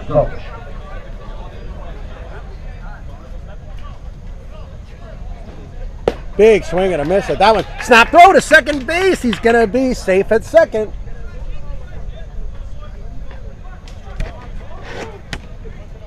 Lavoie and Alfonso had a play on there. Alfonso snuck in behind the runner, Knowles.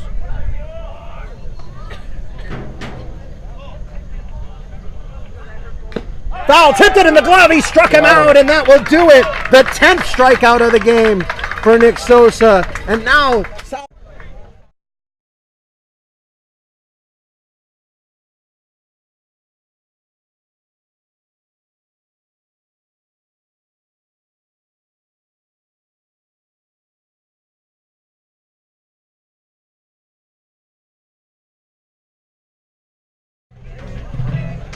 I can't begin to know, but then I know it's rolling strong. Dun, dun. Was in the spring, and spring became a song. Would believe it's wrong.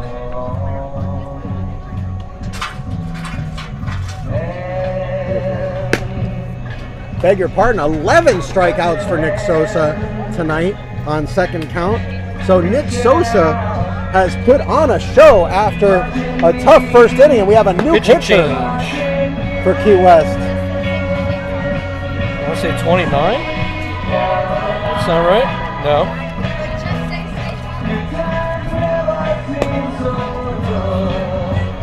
So It is in fact 29, and we don't have any information on this individual at the moment. we do We'll not have to have get a some. 29 on our roster. I'm gonna try and see if I can't find out who the pitcher is. We'll be able to find out. Folks right here.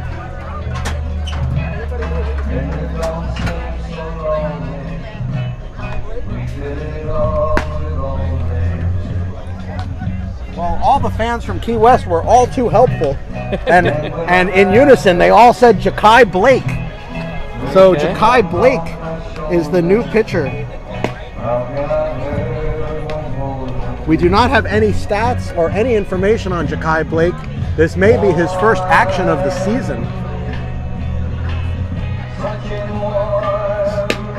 Looks like he throws pretty hard though, Justin. Good does. velocity. The glove seems to be popping on these practice warm-up tosses.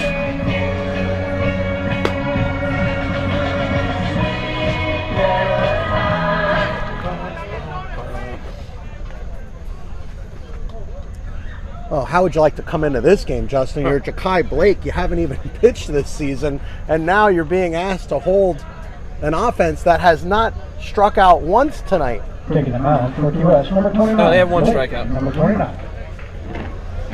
We have Fuentes went down to a strikeout in the last inning, but only one on the entire night. One for the entire night, and South Dade has had Okay, Sosa's being pinch hit for apparently. South Dade has had action No, sorry. in every It's inning. Sosa. Number 13, Nick. So they're going to give him another chance at the plate here to add to his offensive lead.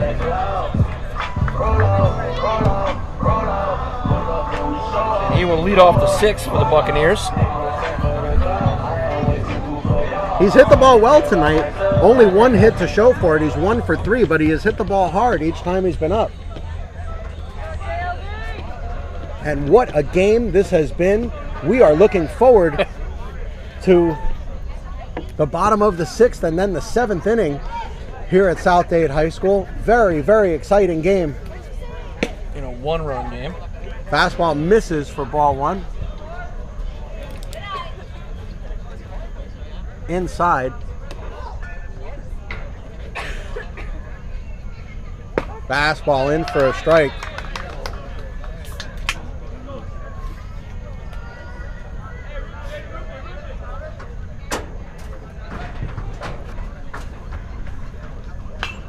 That was fouled back. Comes to rest right in front of us.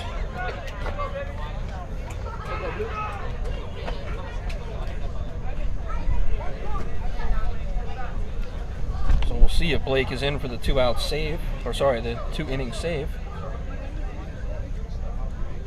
Curveball missed Just outside. outside again. Wow.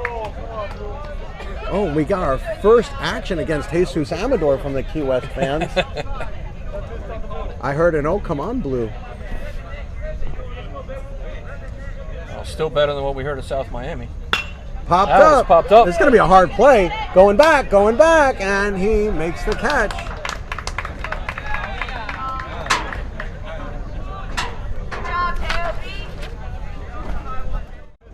I heard an "Oh, come on, Blue."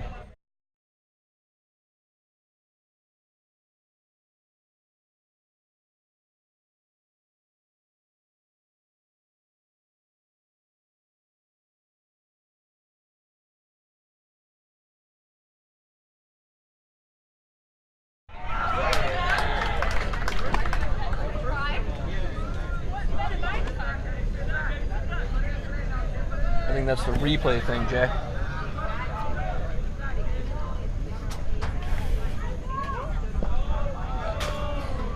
That one gets away from the catcher.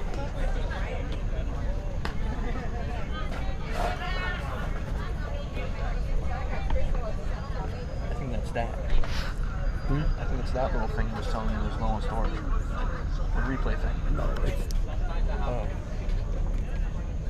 The hard drives. yeah. I got to clear some stuff out of it. I thought I had enough, but it takes a lot. Yep. No, I have so much on there already. Like, trust me, it's fine. Popped up, out of play.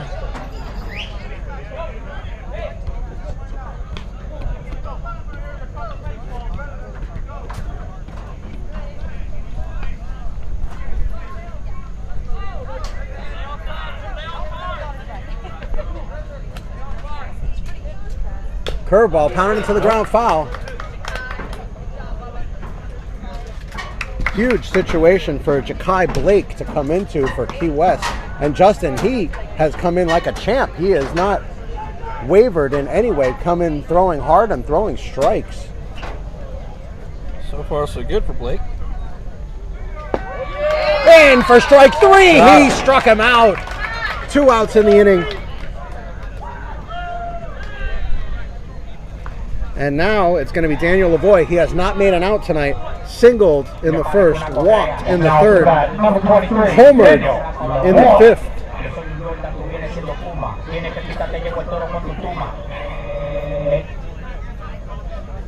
I can guarantee you they're going to keep the ball down to Lavoie here.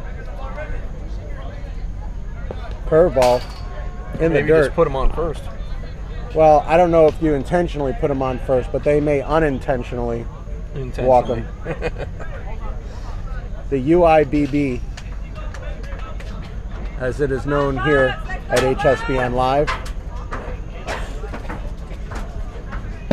Fastball low for a ball.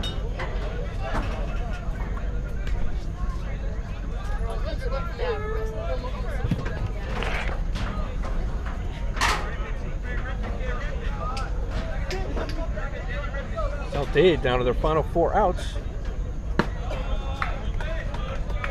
Still in good shape, only down by 1 run.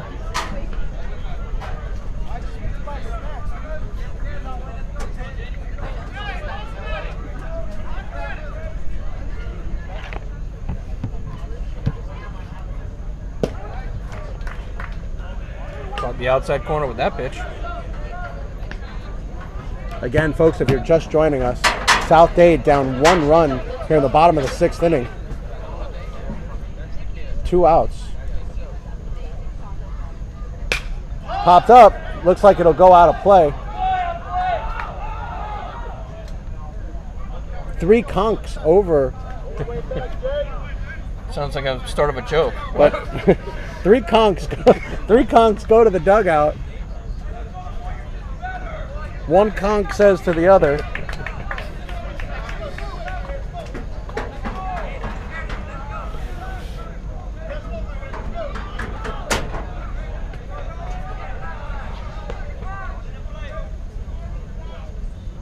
way up high. He walked him as we expected, which puts the tying run on. And now it's Urquiaga. Singleton scored in his last at-bat. And here comes the runner for Lavoie, which will be Christopher Napoles. Buccaneers, number 4, Chris Napoles. Now batting, number 20, Luis Urquiaga.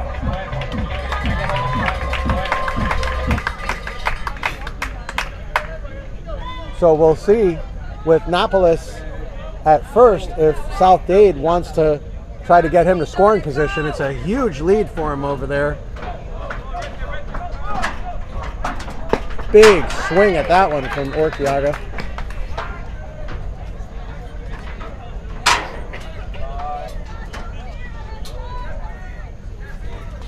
See what that lead looks like at first base. It is a big lead.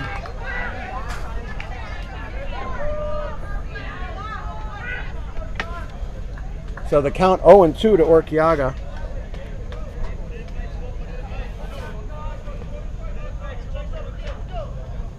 Curveball. Big pitch. Oh. Missed it. Urquiaga laid off. Thought he got him. It was hard to lay off that pitch. Yeah, but he did. He managed to do it.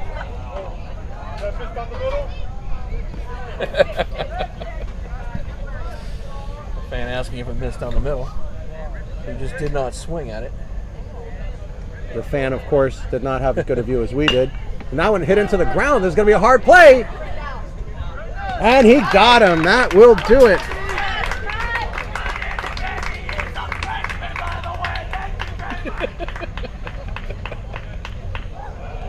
Key West bragging that their pitcher is a freshman. A very odd thing to say after the inning. Shut the Buccaneers down. Shut them down. 1 walk, no hits. Well, that is the first time we didn't see more than one base runner for South Dade in quite some time. Well, last up for the Conks. We go to the 7th inning. The Conks are going to look to add to their precarious one-run lead here. And there'll be a new pitcher for South Dade. Yes, they will. See who steps in for Sosa.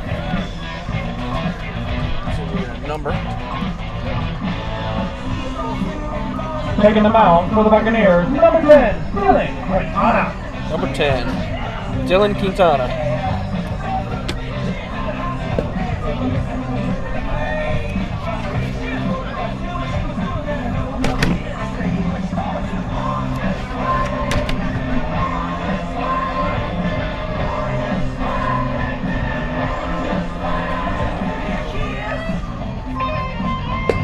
So we'll get you the numbers on Dylan Quintana. He is a junior, 4 1/3 innings pitched, has a 2-0 record, 4.85 ERA, 1 strikeout against 3 walks. But Justin, the telling number there is he's only pitched 4 1/3 innings, but he has 2 wins. Keep in mind, South Dade only has 6 wins all season. So that's correct. So Quintana has 2 of them, and if South Dade can somehow come back here, Quintana would be in line for the win. Yes, he would. Maybe a good luck charm of sorts. Oh, and a sidewinder. Whoa! Look where that ball's coming out of, folks. His knuckles are scraping the mound when he throws that ball. Wow! Not using his height to his advantage is Quintana. Wow! Look at the trajectory of where that ball is coming from.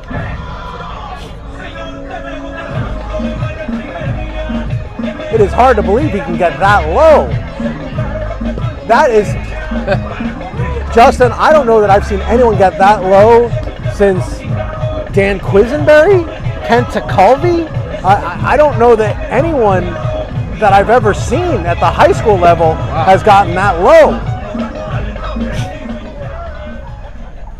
Well, Quintana sure can sling it on the side. And it is a lost art. I mean, if you think about the major leagues these days, I don't know that you could name for me 2 submarine pitchers. But is it really a lost art, or is it like an underhand free throw kind of situation? Oh, I don't know. Where it can be that. effective, but only a few people can really make it so. No, I think many people would do the Rick Barry underhanded free throw if it didn't look uncool. I think that's really the. Well, the sidearm looks pretty cool from where we're sitting, so I don't think Quintana this has is to worry not a about cool, that. uncool situation.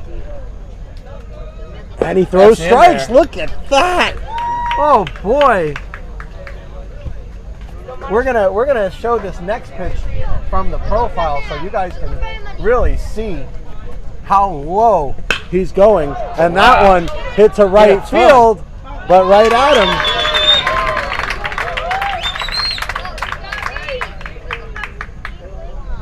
But you can see how low Quintana gets. Nice catch made by Kiki Fuentes. The first out of the 7th inning. Ball was hit hard, but into the wind blowing in from right field. Justin, I can't remember the last game we did where the wind was not blowing in from right field.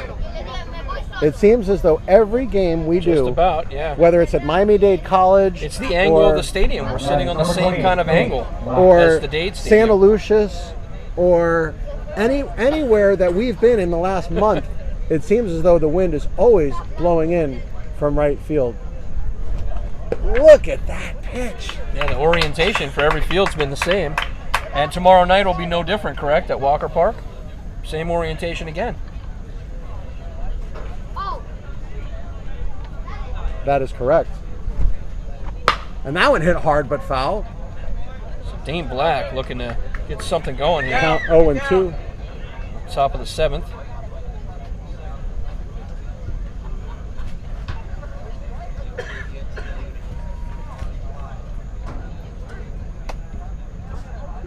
Big situation here as South Dade trying to hold Key West to a 1-run lead here in the 7th. And For strike 3, Wow. he struck him out. Oh, Quintana, impressive. 2 outs. It'll be Caspian Packard. Caspian Packard. Packard busy in the field tonight. He's 1 for 3. That one rocketed foul.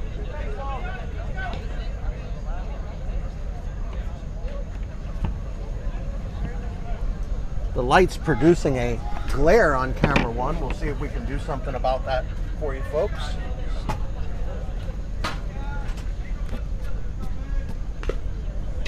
Packard tips that one backwards. Big lefty. 18.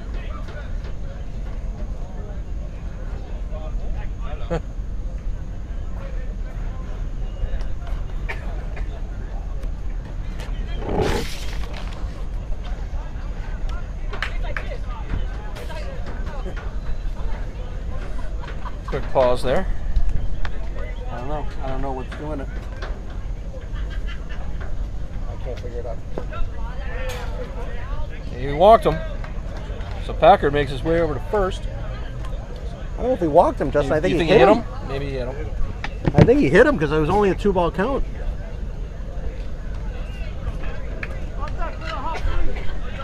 Now batting number 18, Preston Hurst. Yeah. But even when I changed it didn't help. That's 1 per side now. That's been plunked. So folks, unfortunately with our camera 1 there is a bit of glare from the lights. We do apologize for that. There's right now nothing we can do about that.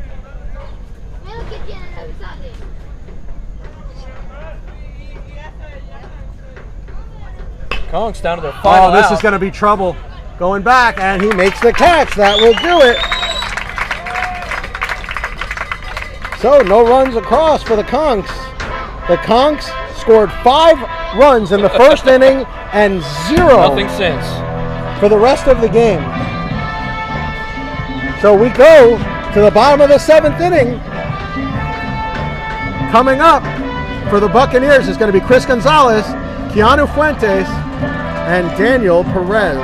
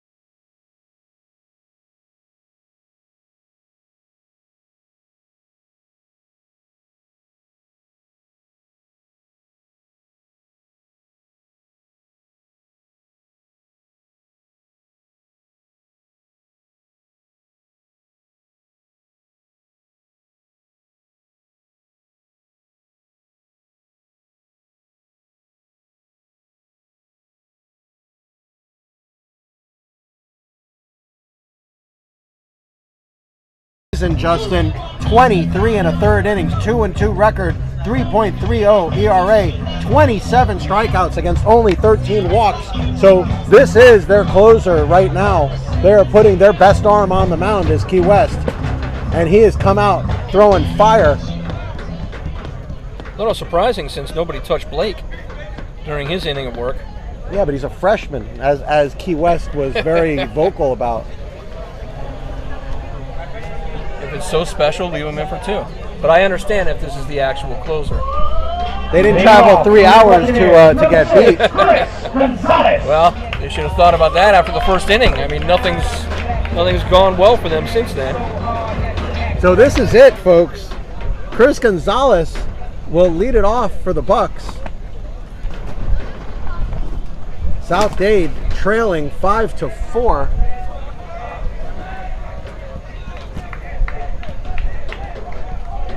Key West scoring all of their runs in the first inning, and he almost hit him with the first pitch. I think David House might have preferred him lead into that and maybe get some ice on it. They got ice.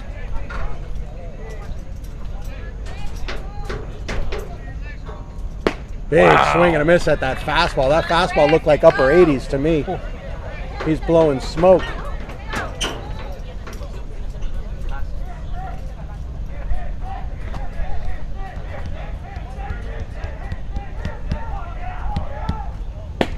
Another big swing at another pitch. Count 1-2 now to Gonzalez.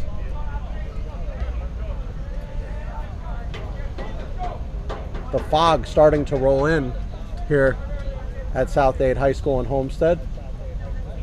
Up high. The fog may explain why our camera 1 is having such difficulty with the lights tonight.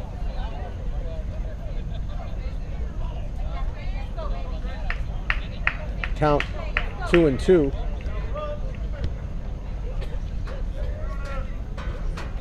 Foul that one off. Got a piece of it.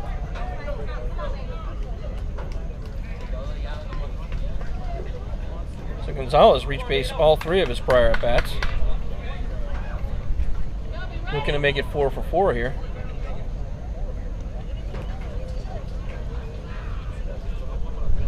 Pressure situation. Bottom of the 7th inning. Key West leading 5-4.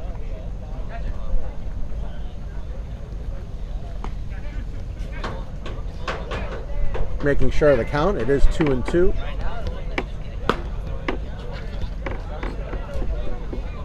Two balls, 2 strikes here in the 7th inning. Bottom half of the 7th inning. There are no outs. Key West leading 5-4, as our scoreboard will tell you. And again, got a piece of it. Scrappy at bat here from Chris Gonzalez.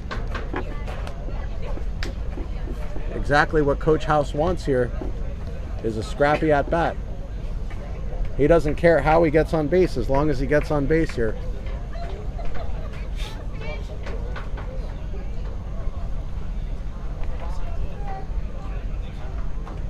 Jesus Amador doing some housekeeping at home plate. Brandon Rooney apparently took one off the wrist. Being told to rub some dirt on it, that's a tough ask. Might be a little gun shy with the flame-throwing black on the mound. Up high. It is now 3-2. Count.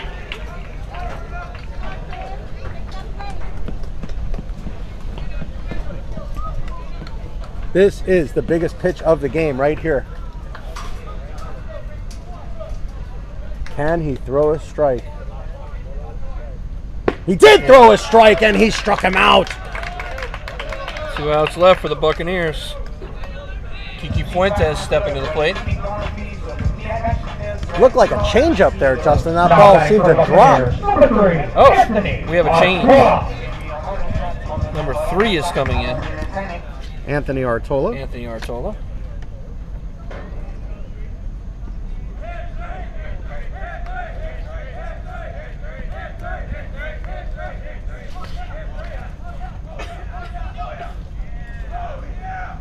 And he's first pitch swinging to right field, going back, and it goes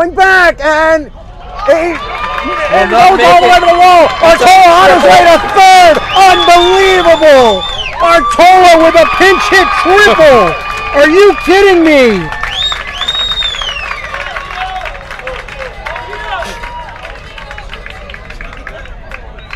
Wow. Big hit from Artola. Things now getting intense here, Jay.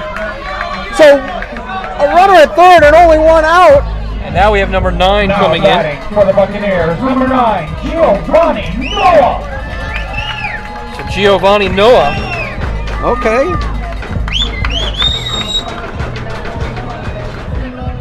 So Giovanni Noah, now the batter.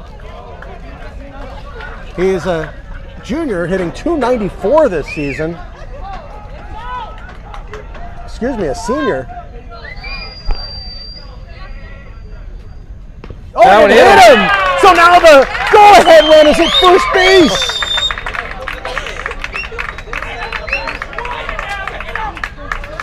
Oh boy. 1 out, 2 on. It is getting even more intense now as Brandon Marrero, who's had a huge night tonight, Justin, in the number 9 hole, has not made an out. So they're going to put in a pinch runner for Noah. It'll be Perez. Excuse Perez. me. Yeah. 11. Yes. Yep, Perez. Perez will run. So Justin, the number 9 hitter tonight, has walked in the second, doubled in the fourth, and walked in the fifth, and now comes up with a chance to tie or win the Batting game. number 14, does. Brandon Moreno. And a series of signs from David Houts at third base. So it is possible the runner could be on the move. And if he is able to get to second base, he being Daniel Perez, then at that point, it would be the winning run. And he's got a huge lead over there, Justin. He might try to get in a pickle here. Look for South Dade to try to get in a pickle. And that's a bunt! He's a bad angle! He scores a tying run! South Dade scores a tying run! It was a safety squeeze! Wow. Unbelievable! South Dade has tied the game!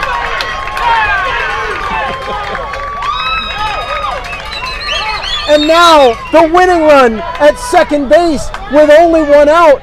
And the top of the order coming up, it'll be Gabriel Morales, who is 1 for 4 on the night. We got another good one here, Justin. Now batting number Unbelievable. 5, Gabriel Morales.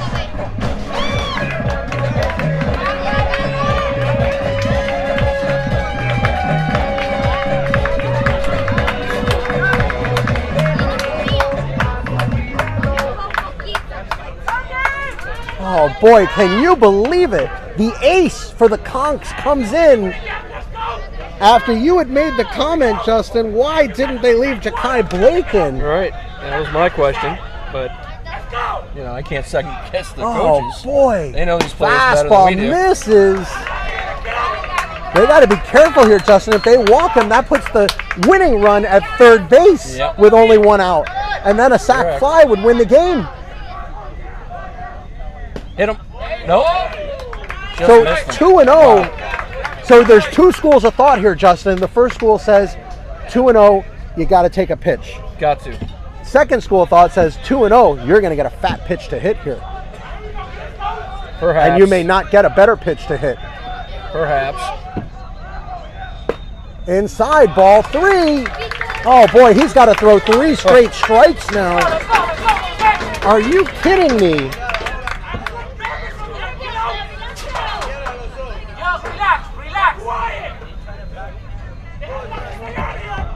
Oh boy, it is dead quiet here. You can hear a pin drop. There's the fastball in for a strike, 3-1.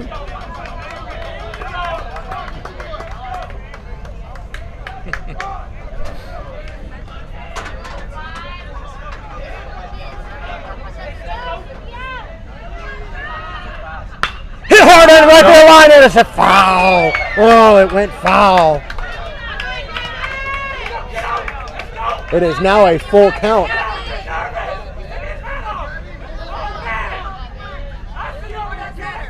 The winning run at second base, only 1 out.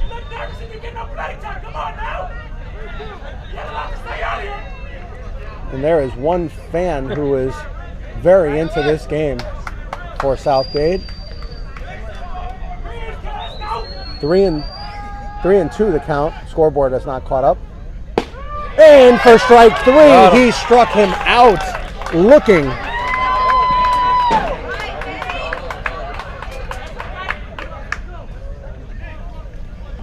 So now with 2 outs, it's going to be up to guess who? Nick Sosa.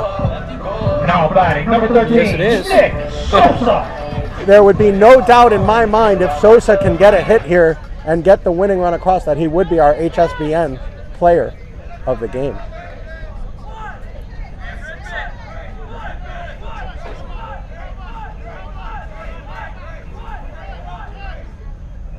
Popped it up, out of play.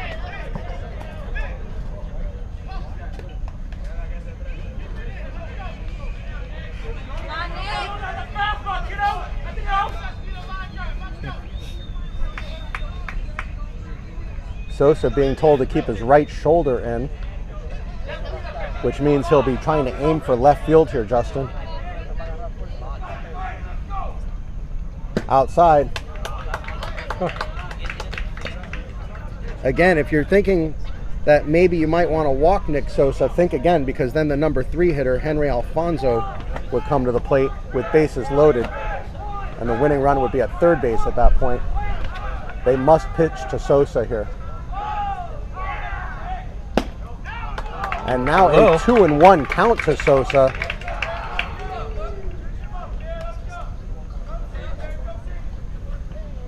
Black has found himself in all sorts of trouble this inning. Has given up the tying run. The winning run is at second base. Outside, 3-1. Not going well for the Conks here.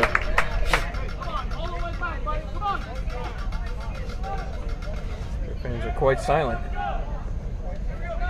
as things have changed dramatically.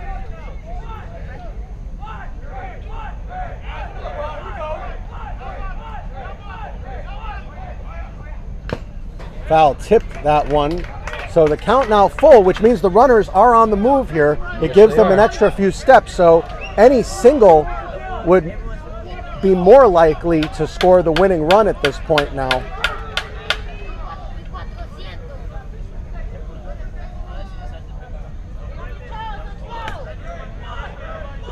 Big pitch here. 3-2, 2 outs. First and second, tie game. Hit hard, but foul. And go out of play? Yes.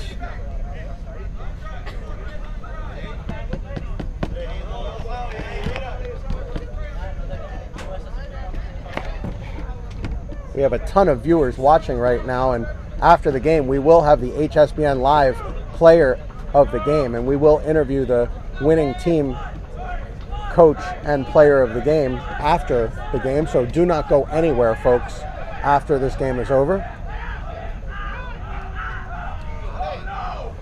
Hit hard to center field, going back, and he makes the catch, and that will do it. We go to extra innings.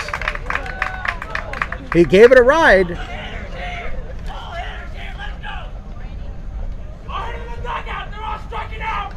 Spencer Vincent made the catch. A little bit of a yelling match going on between the two teams right now.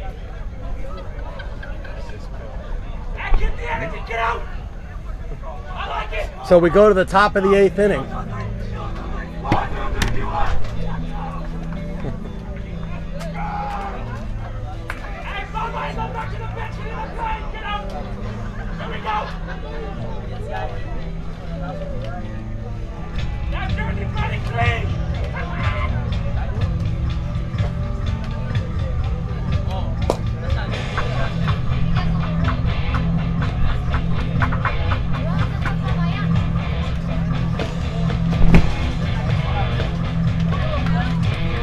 Dylan Quintana, the sidearm slinger, out for his second inning of work.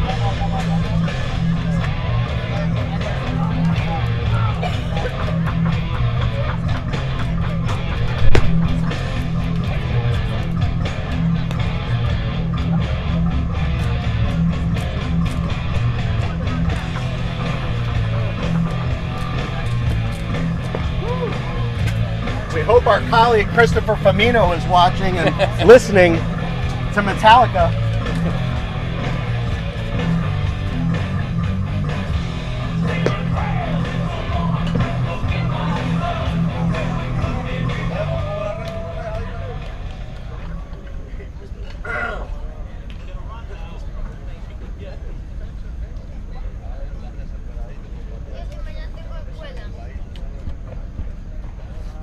Leading off the top of the 8th, Yorkie West, number 14, Michael Alfonso.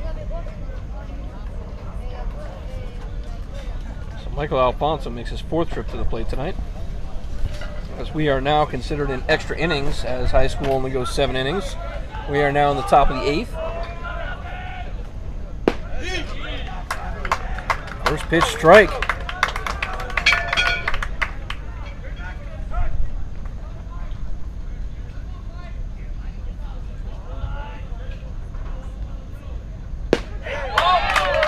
Another strike. Quintana confusing the Conks as they cannot seem to catch up with his pitches.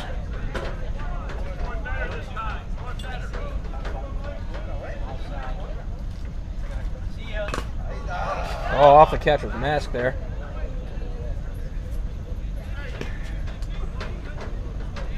Well, Justin and Emilio, I hope you guys didn't have anywhere to be for a while.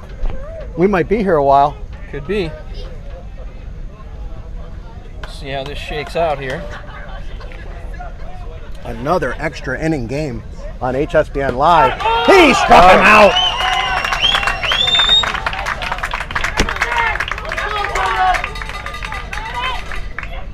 Quintana has been very impressive so far in 1 1/3 innings in his submarine style. Now batting number 11, Curtis Knowles.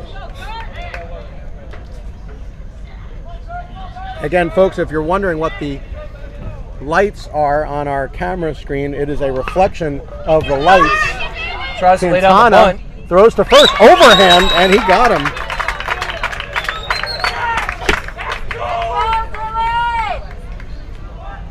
Two quick outs here in the 8th. That'll bring up Spencer Vincent. Vincent 0 for 3 on the night. The question, I think, also, Justin, is how many innings is Black prepared to pitch tonight? We know Black has pitched a lot of innings this season, so we know he's capable of it, but how many were they prepared tonight? We'll find out Popped soon up! enough. Lavoie on his way over, and it'll go out of play. Wow. Takes a huge bounce off of Top of the concession our stand. favorite snack stand.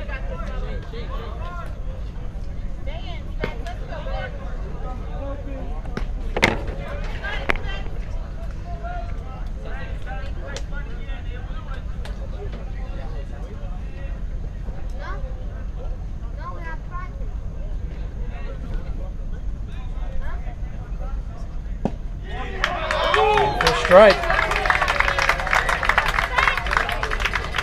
Don't forget, folks, we will be broadcasting live tomorrow from Curtis Park in downtown Miami as LaSalle will take on Miami Senior.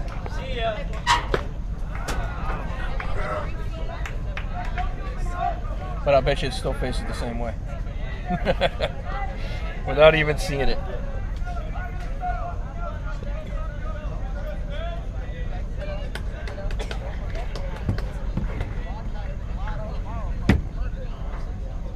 That one hits That a one is center field blocked. going back. And he makes the catch. That will do it.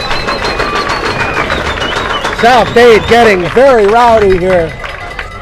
We go to the bottom of the 8th inning. Tied at 5 here at South Dade High School. The Conks and the Bucks locked up in a tight one.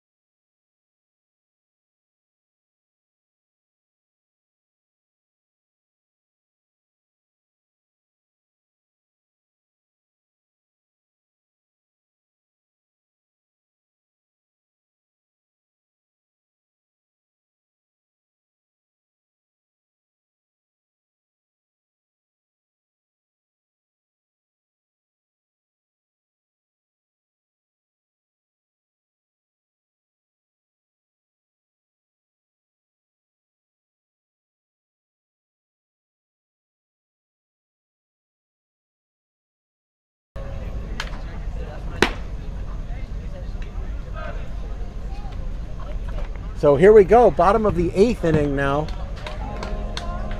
We are obviously tied. Leading off for your Buccaneers, number 2, Henry Alfonso.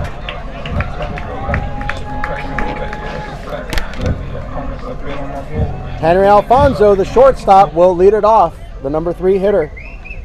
He is 1 for 4 on the night, singled and scored in the first. 2-1. Yeah, number 2. He's number 2.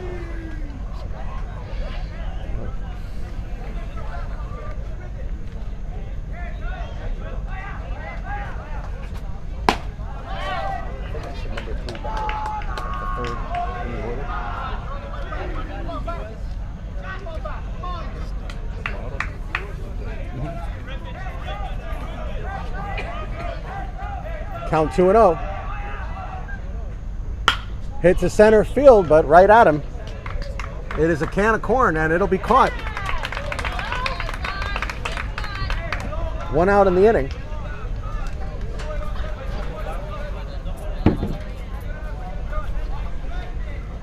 Yo parezco una correa, porque doy fuetazo. La gente me dice algo Bárbara Sasazo. Yo soy un Jordan, tú vienes siendo So, Daniel Lavoie still has not made an out. Singled in the first, walked in the third, homered in the 5th, and walked in the 6th. This will be his 5th at bat.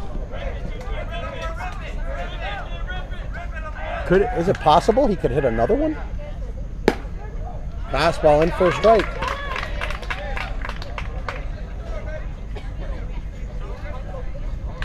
He couldn't possibly hit another one, could he? Anything's possible. Wind has died down. Inside and high, count 1-1. But if he hits another one, he is the player of the game. There's no doubt in my mind. At this point, anybody who wins the game has a chance to be player of the game. But especially Oh, misses outside. players like Lavoie, and especially players like Nick Sosa. Because remember, Nick Sosa put up 5 zeros after a rough first inning, which mostly wasn't his fault. Low. Right, It I is think it would take 3-1. a home run here to knock Sosa out of the player of the game. Correct. Should it be from the Buccaneers? Correct. Well, at this point, the only player of the game you could have would be from the Bucks, unless it goes into a 9th inning. That one hit down the third baseline. It goes through his legs. And it goes sent down on the baseline. Sosa, Lavoie rounds Lavoie, first second. and on his way to second base, and he'll be in with a double. Lavoie making his bid for player of the game. He is 3 for 3 with 2 walks, a home run, and a double. He's a triple short of the cycle. Now batting for the Buccaneers, number 20, Luis Urquiaga. With 1 out, it takes the bunt out of play here, Justin. Does it? It takes the sack bunt out of play. Let's put it that way. It doesn't. Obviously, a player can always choose to drag bunt. 1 for 4 on the night is Urquiaga. Outside. So this is Josh Kahn pitching now. Number 31 for the Conks. Well, he threw just as hard as Black, so we didn't even notice, and his motion was very similar too. And that one hits to right field. Is it going to get down? No, it will not. And he's going to get picked off at second base. Oh. And he's safe at second. Oh, boy, he just got back. Oh, that was close. Josh Kahn this season, he is a junior, 0-0 record, 5.25 ERA, 6 strikeouts against 5 walks, and looks almost identical to Black. Now batting number 6, Chris Gonzalez. So Chris Gonzalez will either be the hero or we will go to a 9th inning. Obviously, the only other option would be for him to walk or get hit by a pitch.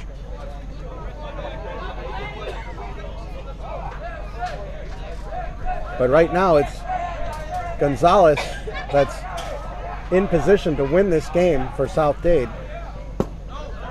He did not offer at that one. Goes for a ball. And again, my question would be, if the Conks coaching staff was mockingly talking about how Blake was just a freshman, why not leave him in? He shut down the Buccaneers for 1 inning. I can't answer it. Got yanked. I can't answer it. I wish I knew. We'll see if it comes back to haunt him.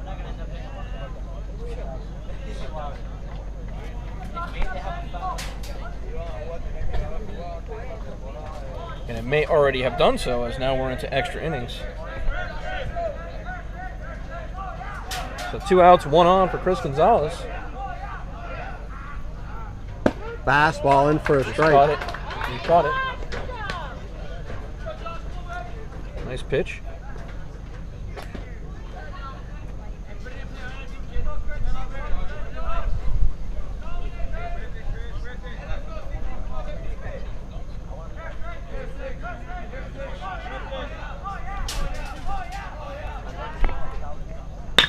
Hit on the ground and right at the snags that Khan gets the out, and Easy that'll do out. it.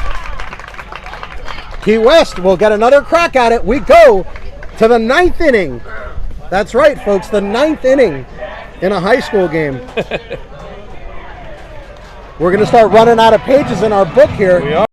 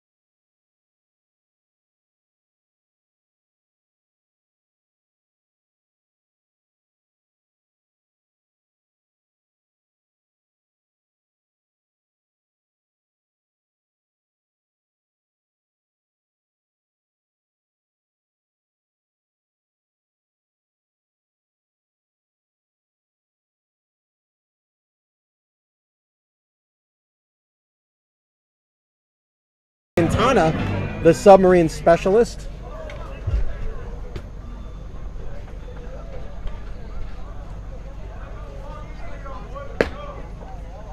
Or I should say the South Dade Spectacular Submarine Specialist, if I want to get illiterate.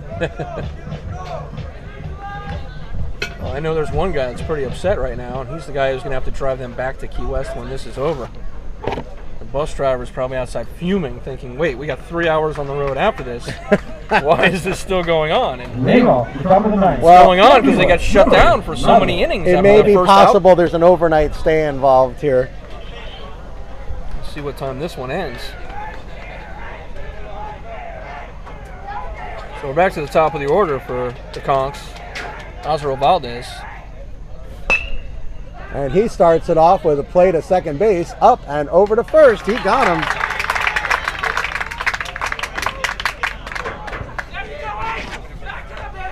So Felix Quinones makes the play at second base. Actually, they moved him around. So the new second baseman is Daniel Perez. So some other moves for South Dade, and that one in for a strike. Trevor Zelch now at the plate. Zelch is 0 for 3 with a sack. Sack bunt in the first, and since then it has been all Ks. Hit on the ground to short. Up and over to first. Nice throw. He got him. Quintana getting ground ball outs here in the 9th inning. Henry Alfonso is more spectacular at play in the field. Spreading it around as Perez and now Alfonso making nice plays in the infield. Now to that, number 19, Brendan Rooney. Brendan Rooney now will come to hit. He is 0 for 3. Reached on an error in the first and walked in the second. Fastball in for a strike. Quintana has been very impressive throwing strikes, Justin. He has indeed. And he's also in his 3rd inning of work.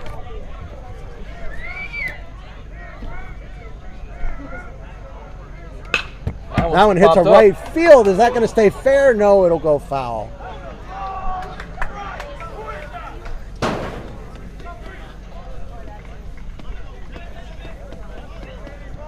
The temperature has dipped down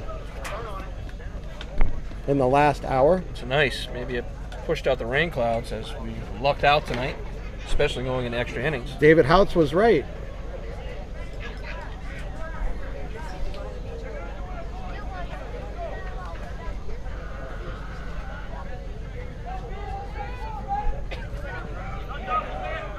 A nice cool breeze coming in. It's 76 degrees right now.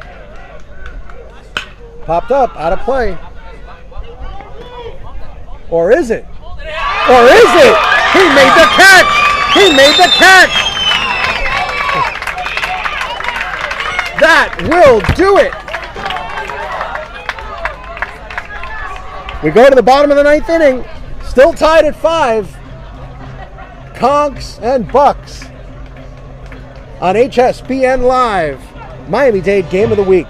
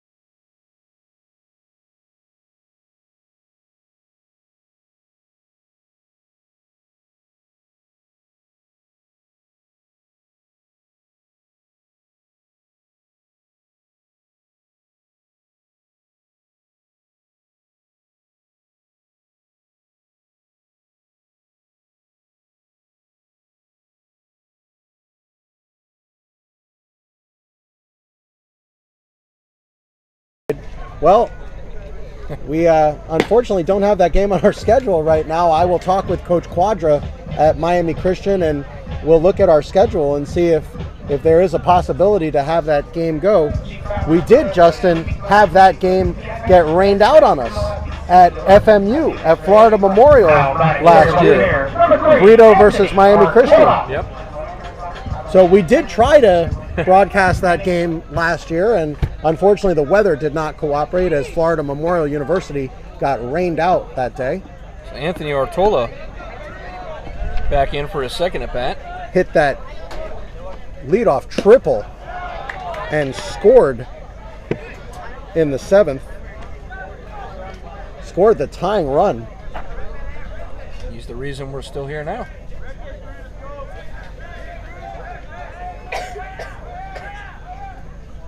Low and in the dirt. Count 1-1 to Artola. And the best part of this is we don't have a dog in this fight, so we've already won. We've already seen a great game here We are big winners tonight. Me, you, and Emilio are the big winners here. No matter how this ends. Emilio, of course, is our producer. The one bringing you all these wonderful camera angles and keeping everything together for us. And we thank Emilio for that. He's done a great job tonight. Thank you, Jay. I'm glad to be here. A rare hear of Emilio's voice on the air. He's busy with the graphics and the video. And it hasn't been easy tonight. We've had to we've encountered several snafus that Emilio's been able to help us overcome. That one's in there for a strike. A couple of sound issues, a replay issue, which, by the way, folks, if you've noticed, we haven't had replay in a couple innings. We will have that again next game. We are done tonight with replay. Unfortunately, we were not prepared for 9 innings of replays tonight. But hard drive space issue with the extra time that we're here, the extra batters. We will make sure that does not happen again. This was our first night with replay, so you'll forgive us for that. Up high, he walked him. So Artola again gets on as the leadoff man late in the game. He is 1 for 1 with a triple and a walk as Artola. Okay, so Daniel Perez has come back into the game as Giovanni Noah, I guess, is taking the seat. Well, he got hit by a pitch in his one at bat and says, "Coach, I didn't even have a chance. Come on."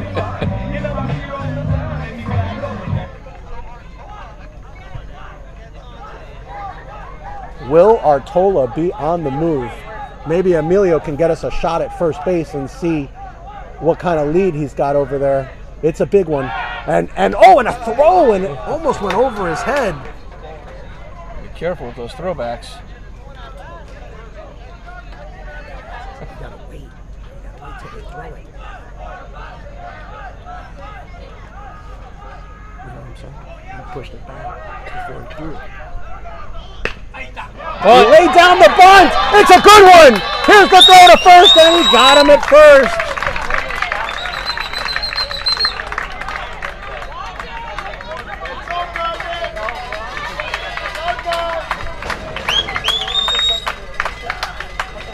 So, with 1 out, runner in scoring position, it is Brandon Moreno, and Justin Moreno has come through for us like a champ in that number 9 slot. We love the number 9 hitters on HSBN Live, and tonight Moreno has not disappointed, as Moreno tonight walked in the 2nd, doubled in the 4th, walked in the 5th, singled in the 6th.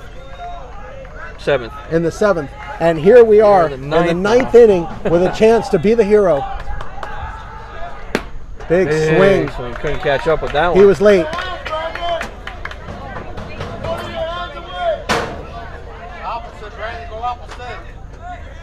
Well, the fans tell him to go opposite. He might not have a choice.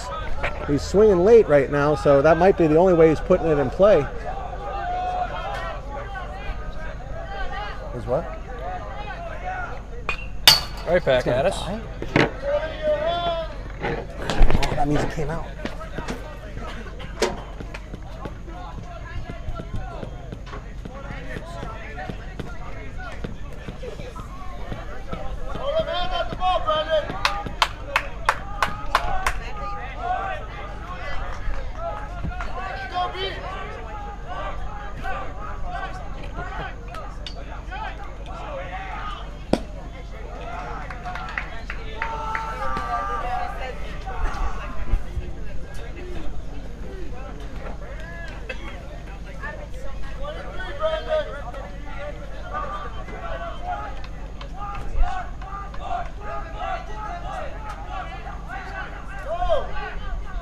Moreno looking to continue his hot night here. That one's low and outside.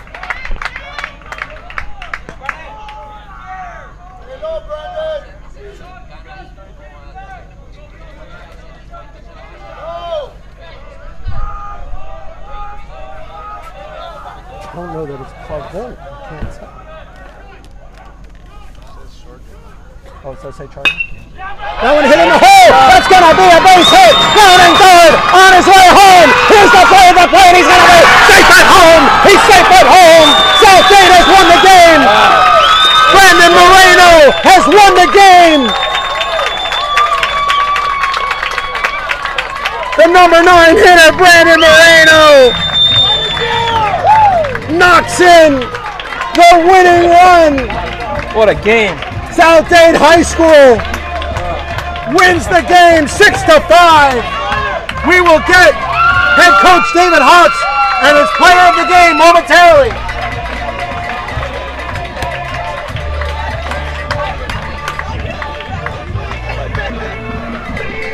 mute the mics. Mute them real quick.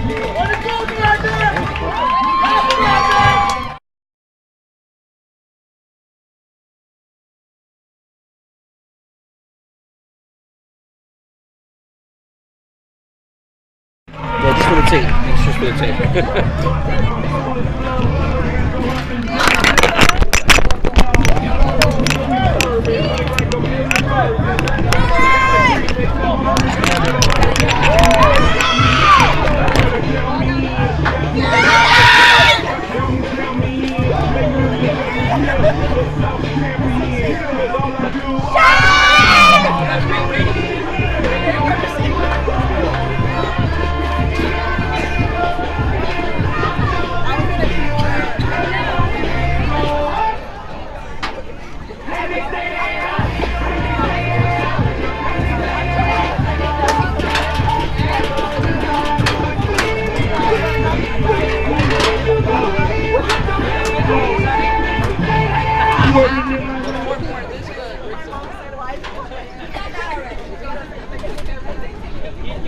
I bet you enjoyed the softball. That's exactly it.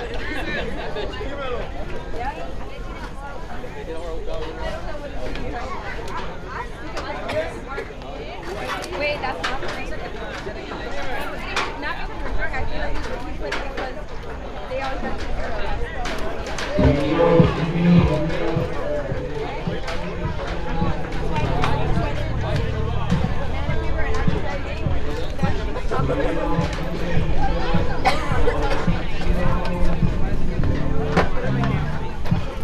And we will have David Houts and Brandon Moreno momentarily.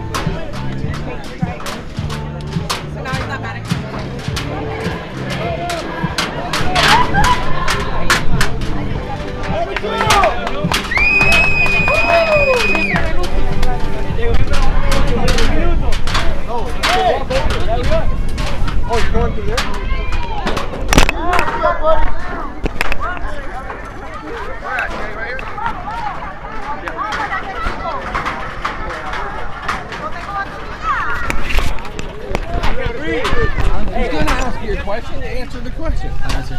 Like my team needed me to hit. I Flip it or just hold it. You know, I just had to come right here. So I go doing right quick. Hey, get in here, guys.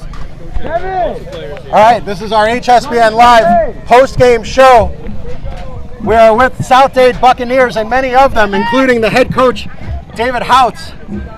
David, walk us through your feelings as the emotions started low in the first inning, giving up 5 runs with a little bit of defensive difficulties. And then as the game progressed, as the runs went on the board, walk us through how you felt. Give us an idea of that first inning and then walk us through it. Sure. After that horrendous first inning where we had like 3 or 4 errors, just throwing the ball all over the place, giving up 5 runs, I always tell them, and yesterday we did the same thing. We gave up 3 runs in the first inning, and we weren't quite able to come back. But I tell them, just pick away. We got a pitching staff that's capable of keeping us in the game. So they did. Nick came on strong. Nick Sosa came on strong after the first inning, and pitched 5 or 6 innings of great ball, and we pulled it out at the end. Well, we said it in our broadcast that Nick didn't really pitch bad in the first inning either, and it wasn't really Nick that put the 5 runs on the board. There were some defensive miscues in there as well, and we made the point in our broadcast that Nick was throwing strikes and he was doing his job, and it all caught up as the second inning and the third inning and the fourth inning came around, and Nick really started to get his legs underneath him and really started to take control of the game. Exactly. And so, I don't mean to stop you, but what I'm proud of is he didn't let the first inning bother him. And we also said that as well on our broadcast. Kept throwing strikes. We made that point several times that he really took advantage of his own success and the team's success to drive that and get the team in a position where they could come back. Right, exactly. So now you're down 5 runs in the first inning.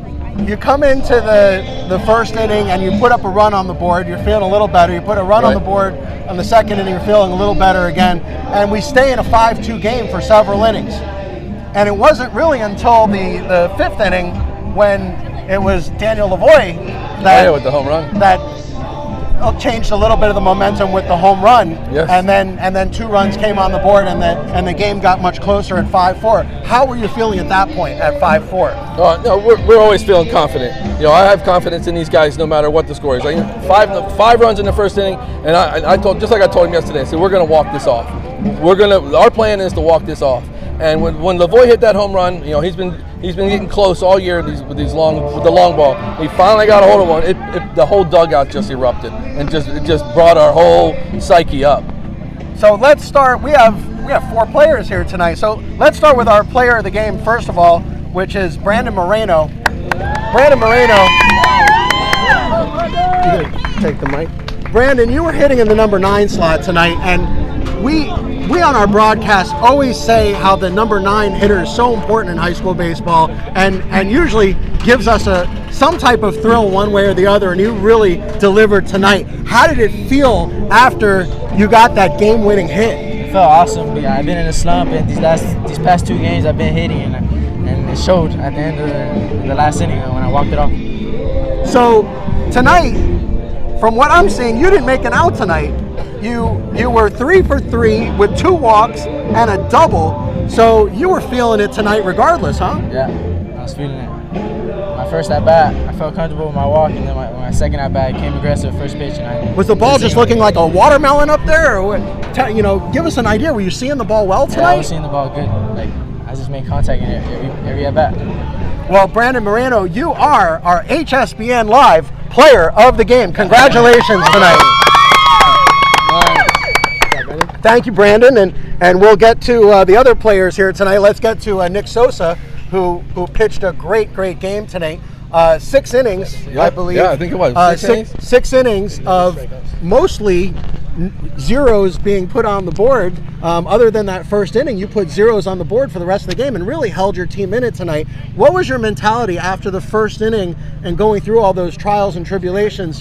Give us an idea of what you were thinking coming into the second inning. Well, I was thinking to just keep fighting. Don't let it get to your head, because I have my team behind me. Even though we had a shaky first inning, I know they still have my back, and I have theirs. You had 11 strikeouts tonight, which we thought was very impressive, and some of those strikeouts I thought were critical, because after the team was struggling with defense in the first inning, those strikeouts helped to not put the ball in play and kind of get the game settled down. Was your game plan tonight to get more strikeouts than usual?